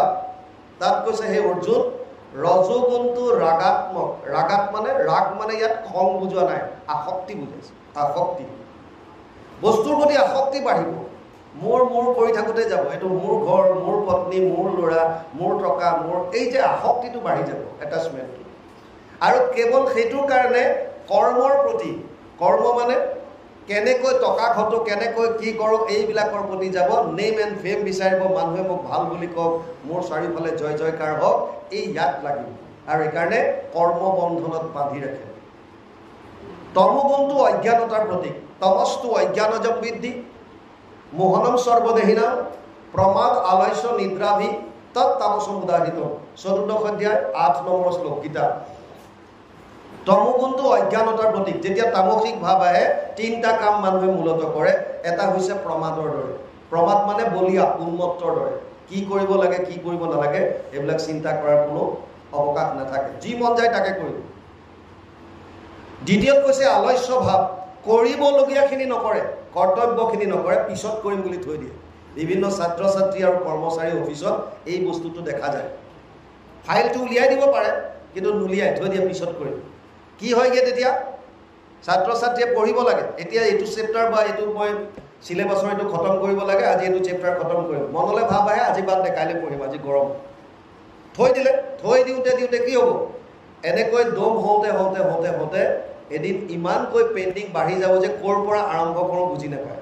পৰীক্ষাৰ সময়ত ক'ৰ পৰা পঢ়িম এতিয়া, ইমান সোপা পঢ়িবলৈ থাকি গ'ল। এইটো প্ৰক্ৰাষ্টিনেশ্যন বুলি কয়। আৰু এইটো ইমান ভয়ানক। আমি এইবিলাক কথা, আধ্যাত্মিক কথাবিলাক সেইকাৰণে সৰুকালতে জানিব লাগে। ইমান মাৰাত্মক তমগুণৰ কথাটো যদি এলেহুৱা ভাৱ আহি আহি কৰ্তব্য কৰ্মবিলাক নকৰি জমা কৰি গৈ থাকে, এসময়ত গৈ ক'ৰ পৰা আৰম্ভ কৰিম, কি নাই, মোৰ যদি ফেইল হওঁ মায়ে বেয়া পাব, দেউতাই বেয়া পাব, গাঁৱত কি ক'ব, মোৰ লগৰ ল'ৰা ছোৱালীয়ে কি ক'ব, মই আগতে ইমান ভাল মাৰ্কছ পাইছিলোঁ আজি মই নাপাম, মইতো মৰি থকাই ভাল, বছ শেষ। শেষত এটেম্প টু ছুইচাইড। বহুতে আত্মহত্যা কৰে। ষ্টুডেণ্টবিলাকক আপোনালোকে দেখিবলৈ, কোনবিলাক মেৰিটৰিয়াছ ষ্টুডেণ্টবিলাক একেবাৰে বেয়াবিলাকে নকৰে, সিহঁতে জানে ফেইল হ'লেও একো নাই, কি আছে আকৌ এবাৰ দিম। কিন্তু যিবিলাক মেৰিটৰিয়াছ ষ্টুডেণ্ট, সিহঁতে এইবিলাক লোক সমাজৰ কথা ভয় কৰি শেষত চিন্তা কৰোঁতে শেষ হৈ যায়। এইবিলাক তমোগুণৰ প্ৰভাৱ।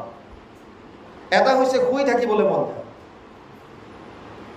আমাৰ ৰাতি টোপনি অহাটো তমোগুণৰে প্ৰভাৱ, কিন্তু হ'লেও এনি টাইম বিচনা পাই যে শুবলৈ যিবিলাকে ইচ্ছা কৰে, সেইটো তমোগুণ বাঢ়ি আছে বুলি জানে। জাগ্ৰত অৱস্থাটো শুবলৈ মন যায়, বিচনা দেখিলেই হ'ল। এতিয়া ইণ্টাৰেষ্টিং কথা, 3টা গুণৰ দ্বাৰা 3 ধৰণৰ ভাৱ আহে, সাত্বিক, ৰাজসিক আৰু তামসিক।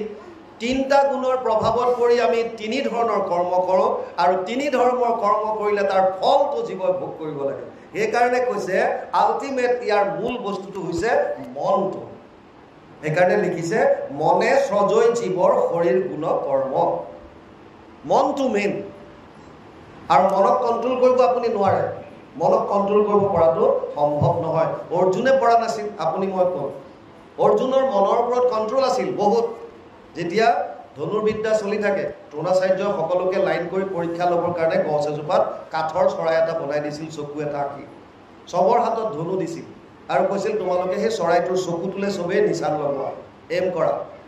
যেনেকৈ আমাৰ আগতে এনুৱেল ফায়াৰিঙত টাৰ্গেট এখন দিয়ে, তাৰ মাজত বুল এটা থাকে, আমি বছৰত এবাৰ ফায়াৰ কৰিব লাগে। এতিয়া সেই আমি টাৰ্গেটটোলৈ চাই পেলাই নিচান লগাই পেলাই ফায়াৰিং কৰিব লাগে। অৰ্জুনক কৈছে এতিয়া কি, বাকী চবকে সুধি আহিছে কোনে কি দেখিছা। কোনোবাই কৈছে চৰাইটো দেখিছোঁ, কোনোবাই কৈছে গছজোপাৰ সৈতে চৰাইটো দেখিছোঁ, কোনোবাই আকৌ গুৰুজনাৰ চৰণ দেখি পেলাই চৰাইটো দেখিছে। বিভিন্নজনে বিভিন্ন কথা। অৰ্জুনক ক'লে অৰ্জুন কি দেখিছা? কৈছে গুৰুদেৱ কেৱল চকুটো। তুমি শৰ প্ৰহাৰ কৰা। আৰু প্ৰহাৰ কৰিছে একজেক্টলি চকুৰ পইণ্টত গৈ পেলাই লাগিছে, মনিত হিট, বুল হিট কৰিছে ডাইৰেক্ট। এনেকুৱা মনৰ ওপৰত কণ্ট্ৰল থকা অৰ্জুনে গীতাত কৈছে যে চঞ্চলম হি মন কৃষ্ণ প্ৰমাথি বলবৎ দৃঢ়ম তৈসহম নিগ্ৰহম মন্যে বায়ুৰিব সুদুষ্কৰম। 6ষ্ঠ অধ্যায় 34 নম্বৰ শ্লোক গীতা। অৰ্জুনে কৈছে হে সখা, হে কৃষ্ণ, মই যদি বায়ুকো প্ৰতিৰোধ কৰিব পাৰোঁ, মনটোক কণ্ট্ৰল কৰিব পাৰোঁ, মোৰ মন অতি চঞ্চল। আৰু আপুনি মই কি মনক কণ্ট্ৰল কৰিম? মনক কণ্ট্ৰল কৰিবৰ পৰা উপায় এটাই আছে, মনটোক আপুনি ক'ৰবাত লগাই থ'ব লাগিব। মনটো কেতিয়াও এনিটাইম মনলৈ 24 ঘণ্টাত 1200ৰ পৰা 60,000 চিন্তা আহে। আপুনি যদি ইচ্ছা কৰে বিবেক বুদ্ধিৰ দ্বাৰা মনটোক কোনোবা এটা ভাল জেগাত যদি লগাই থয়, তেতিয়াহ'লে তাৰ পৰা লাভ পাব। ছাত্ৰ ছাত্ৰীয়ে যদি যিকণ পঢ়ে, যেনিবা আধা ঘণ্টা পঢ়িলে, ধৰি লওক পঢ়া আধা ঘণ্টা পঢ়ি উঠি আহিল, একো কথা নাই। কি পঢ়িলে কথাখিনি যদি মনটোৱে চিন্তা কৰি থাকে, তেতিয়াহ'লে বহুত আগত যাব, বহুত বাঢ়ি যাব, ভাবিব নোৱাৰিব। কাৰণ মেমৰি পাৱাৰটো তেতিয়া বাঢ়িব যেতিয়া তেওঁ মথন কৰিব। কিবা এটা হ'ল নেকি ৱাৰডাল? মেইন কথা হৈছে আপুনি পঢ়ে কিমান, সেইটো ডাঙৰ কথা নহয়। যদি আধা ঘণ্টা পঢ়িছোঁ, মই যদি 2 ঘণ্টা তাৰ ওপৰত মন্থন কৰি দিলোঁ, তেতিয়াহ'লে মোৰ তাৰ পৰা লাভ বেছি। প্ৰতিটো বস্তু আপুনি তাত গম পাব। যদি অকণমান আপুনি গম নাপালে কিতাপ মেলি চালেই নহয় যে কি ক'ত পাহৰিছোঁ, মই কি আছিলে। গতিকে আল্টিমেটলি আপুনি কিমান মন্থন কৰিছে। আপুনি পঢ়ক কম, চিন্তন বেছি কৰক, তেতিয়া লাভ বেছি আছে। বেলেগ কামো কৰি আছে কিন্তু চিন্তা কৰি আছে, তেতিয়া লাভটো বেছি। কিন্তু যদি আমি এইবিলাক বুজি পোৱা নাছিলোঁ, আমাক কোৱা মানুহ কোনো নাছিল। কিন্তু এতিয়া আমি বুজি পাইছোঁ কাৰণে যিমান কলেজলৈ মাতে, আমাক হায়াৰ ছেকেণ্ডেৰী মাতে, স্কুলত মাতে, আমি প্ৰায় ল'ৰা ছোৱালীক বুজাবলৈ চাওঁ, পঢ়াটো পঢ়া, বাকীখিনি সময় সেইখিনি চিন্তা কৰা। যেনেকৈ গৰুৱে ঘাঁহ খোৱাৰ পাছত ৰাতিটো পাগলি থাকে, তেনেকৈ মেক্সিমাম সময় মনটো সেই পঢ়াত যদি লগাই থ'ব পাৰে, অকল পঢ়াত নহয়, যোনে যিটো বিষয়ত, যাৰ যিটো বিষয়ত য'ত যাবলৈ ইচ্ছা, মনটো তাত কেন্দ্ৰীভূত কৰি ৰাখিব লাগে। মন কেতিয়াও ফ্ৰী থাকিব নোৱাৰে। এটা মানুহ জংঘলত গৈছে, জংঘলত যাওঁতে এটা শক্তি পালে, যাক জিন বুলি কয়। জিন এটা শক্তি, এটা জিনটো পোৱাৰ পাছত সি এটা ৰূপ ধাৰণ কৰি পেলাই মানুহটোক ক'লে যে, হে মালিক, হে আকা, মোক যদি তুমি লৈ যোৱা, মই তোমাৰ লগত যাম, তুমি যি কাম কৰিবলৈ দিয়া মই তাক কৰি দিম। আৰু ই ভাবিলে ভালেই হ'ল, মোৰ ইমান মাটি আছে, 100 বিঘা মাটি, খেতি কৰাম, ইয়াৰ হতুৱাই ঠিক আছে। কিন্তু জিনটোৱে এটা কথা কৈছিল, মালিক এটা কথা মনত ৰাখা, মই কাম নকৰাকৈ এক মুহূৰ্ত থাকিব নোৱাৰোঁ। যদি তুমি মোক কাম দিব নোৱাৰা, তেতিয়াহ'লে তোমাৰ ডিঙি চেপি মাৰি পেলাম। এতিয়াই চিন্তা কৰা। মানুহটোৱে ভাবিলে যে কাম ইমান আছে, কি দিগদাৰ আছে, দিম ইয়াক কাম, ব'ল। আৰু তাক লৈ গ'ল, লৈ গৈ পেলাই ক'লে, দিয়ক আকা, মোক কাম দিয়ক, বোলে পথাৰত যা, অমুকৰ পৰা অমুক সীমা দেখাই দিলে, হাল বাব লাগে। ঘৰ আহি নেপালে, সি আহি পাই গ'ল, হাল বাই হৈ গ'ল, কওক কি কৰিম, এই সমস্যাত পৰি গ'ল। আৰু কিবা কৰিবলৈ দিয়ে, তৎ মুহূৰ্তত কৰি আহি কয়, আৰু কাম দিয়ক, কাম দিয়ক। মানুহটোৱে খোৱা একো কৰিবলৈ সময় নোপোৱা হ'ল। প্ৰতিটো মুহূৰ্তত কৈ থাকে, আপুনি কাম দিয়ক, নহ'লে ডিঙি চেপি মেলি। উপায়ন্তৰ হৈ নিজৰ পৰিয়ালৰ যিজন আধ্যাত্মিক গুৰু আছিল, গুৰুজনৰ ওচৰলৈ গ'ল। গুৰুৱে গুৰুজনক গৈ ক'লেগৈ যে এনেকুৱা এনেকুৱা ঘটনা হ'ল, জংঘলত যাওঁতে শক্তি এটা পালোঁ, লৈ আহিলোঁ, আৰু এতিয়াতো মোৰ মানে খোৱা অৱস্থা নাইকিয়া হৈছে, কোনদিনা প্ৰাণ যায় ঠিক নাই। বোলে কি কয় ই, প্ৰতিটো মুহূৰ্তত তাক কাম লাগে, কাম দিব নোৱাৰিলে মোৰ ডিঙি চেপি মাৰি পেলাব। বোলে হ'ব, কাম মই বুজাই দিছোঁ, শুনা। কি, তাক পঠোৱা বাঁহ মাৰিলে, ভাল চাই ভলুকা বাঁহ এডাল আনিব দিয়া, দীঘল 40-50 ফুট, আৰু ধুনীয়াকৈ তাক চুচি মসৃণ কৰি তেল সানিব দিয়া। তাৰ 4 ফুটমান তলত পুতি দিব, 25 ফুট 30 ফুট যিমান থাকে ওপৰলৈ উঠি থাকিব দিয়া। তোমাৰ ঘৰুৱা আহি যত যিমান কাম আছে কৰাবা, খেতি পথাৰ ঘৰ দুৱাৰৰ যত যিমান কাম, যেতিয়াই তোমাৰ বেলেগ কাম নাথাকে, তাক ক'বা যে এইডালত এবাৰ ওপৰলৈ উঠ, এবাৰ তললৈ নাম, ওপৰলৈ উঠ, তললৈ নাম। আৰু সি কৈছে কেৱল কাম দিলে হ'ল, সি এইবিলাক ভাল বেয়া কিবা এইবিলাক বুজি নাপায়, কেৱল কাম লাগে। আৰু যেতিয়া মানুহটোৱে খেতি পথাৰলৈ পঠিয়ালে যায়, এইটো মাটি ৰুই সি তৎক্ষণত আহি গ'ল, হৈ গ'ল, এতিয়া ইয়াত ওপৰ নিচে কৰি থাকে। আৰু সি বাঁহডালত এবাৰ ওপৰলৈ উঠে, এবাৰ তললৈ উঠে। সেই তেনেকুৱাই হৈছে আমাৰ মনটো। মনটো আপোনাৰ এক মুহূৰ্ত খালী থাকিব নোৱাৰে। এই অমুকত লাগিলে, তমুকত লাগিলে, তমুকত লাগিল, ক'ত লাগি থাকে ঠিক নাই। ইয়াক যদি আপুনি প্ৰপাৰ চেনেলাইজ কৰিবলৈ শিকি যায়, মনটো যদি চেনেলাইজ কৰিব শিকে, মানে ইয়াক যদি আপুনি প্ৰপাৰ জেগাত লগাবৰ যদি অভ্যাস কৰিব পাৰে, তেতিয়াহ'লে বহুত আগত যাব পাৰে, বহুত ওপৰত, আপুনি ভাবিব নোৱাৰে। মনটো চেনেলাইজ কৰিবৰ প্ৰেক্টিচ কৰিব লাগিব। আৰু সেইকাৰণে ভগৱান কৃষ্ণই গীতাত অৰ্জুনক কৈছিল, তস্মাৎ সৰ্বেষু কালেষু মাম অনুস্মৰ যুদ্ধচ ময়ো অৰ্পিত মনোবুদ্ধিৰ মামে বৈশস্য সংশয়। 8ম অধ্যায় 7 নম্বৰ শ্লোক গীতা। প্ৰতিটো মুহূৰ্তত মোৰ কথা স্মৰণ কৰ, তাৰমানে মনটো মোৰ চৰণত লগাই থ। ইয়াতকৈ সুবিধা কি? আপুনি আপোনাৰ যত যিমান কাম আছে কৰক, মনটো ঈশ্বৰৰ চৰণত লগাই থৈ দিয়ক। মন কৰবালৈ গ'লে, তই ক'লে গৈছ, ঘূৰিয়া।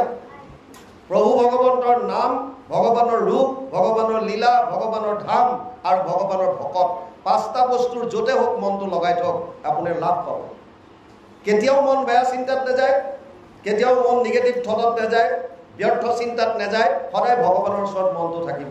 আপোনাৰ যেতিয়া সাংসাৰিক যিবিলাক কৰ্ম আছে কৰক, আৰু কৰাৰ লগে লগে কৰ্মটো ভগৱানৰ চৰণতে অৰ্পণ কৰি কৰক। যেতিয়া এইটো অভ্যাস আপুনি কৰিব, তেতিয়া আপুনি নিজে গম পাব যে মই ক'ৰ পৰা ক'লে আহিলোঁ, কোনো ঠিক নাই। কোনেও গম নাপাব এজন মানুহ ক'ৰ পৰা ক'ত লৈ যাব পাৰে।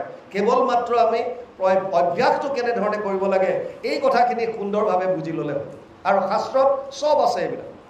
এইকাৰণে ইয়াত কৈছে, মনে স্ৰজৈ জীৱৰ শৰীৰ গুণ কৰ্ম, মনকো মায়ায়ে স্ৰজৈ জানে সাৰে সাৰ, ভ্ৰমৰ কাৰণে হৈ জীৱৰ সংসাৰ মনকো মায়াই সৃজন মায়া মানে তিনিটা গুণে মনটোক সৃজন কৰা মানে তিনিটা গুণৰ দ্বাৰা তিনি ধৰণৰ ভাৱ মনলৈ আহে মনটোৱে শৰীৰৰ দ্বাৰা কৰ্ম কৰে যাৰ যেনেকুৱা কৰ্ম হয় সি তেনেকুৱা ফল ভোগ কৰে এটা সাৰ্কুলত বস্তুটো চলি আছে গতিকে আপুনি কন্ট্ৰোল যদি কৰিব লাগিব মনটোক কেনেকৈ কৰিব মই চিন্তা নকৰো বুলি তেনেকৈ থাকিব নোৱাৰে যেনেকৈ ৰাবাৰৰ বল এটা ওয়ালত মাৰি দিলে ৰিফ্লেক্ট হৈ আহে তেনেকৈ মনলৈ যেতিয়া বেয়া চিন্তা আহিব তাক আঁতৰাই পঠাই মনটো কেৱল কৃষ্ণময় কৰি যদি ৰাখে ষ্টুডেণ্টে যদি মনটো পঢ়াৰ ক্ষেত্ৰত যদি ৰাখি দিয়ে যে মই এইটো বিষয় পঢ়ি আহিছোঁ এইখিনি মই মন্থন কৰিম কি আছে ভগৱানৰ চৰণত অৰ্পণ কৰিলে আৰু সেইখিনি কথা চিন্তা কৰি থাকিলে তেতিয়াও তেওঁ বহুত ওপৰত যাব পাৰিব নিজৰ ফিল্ডত সেইকাৰণে ইয়ালৈকে গৈছে ইয়াৰ পিছত কি আহে চাওঁ কৃষ্ণ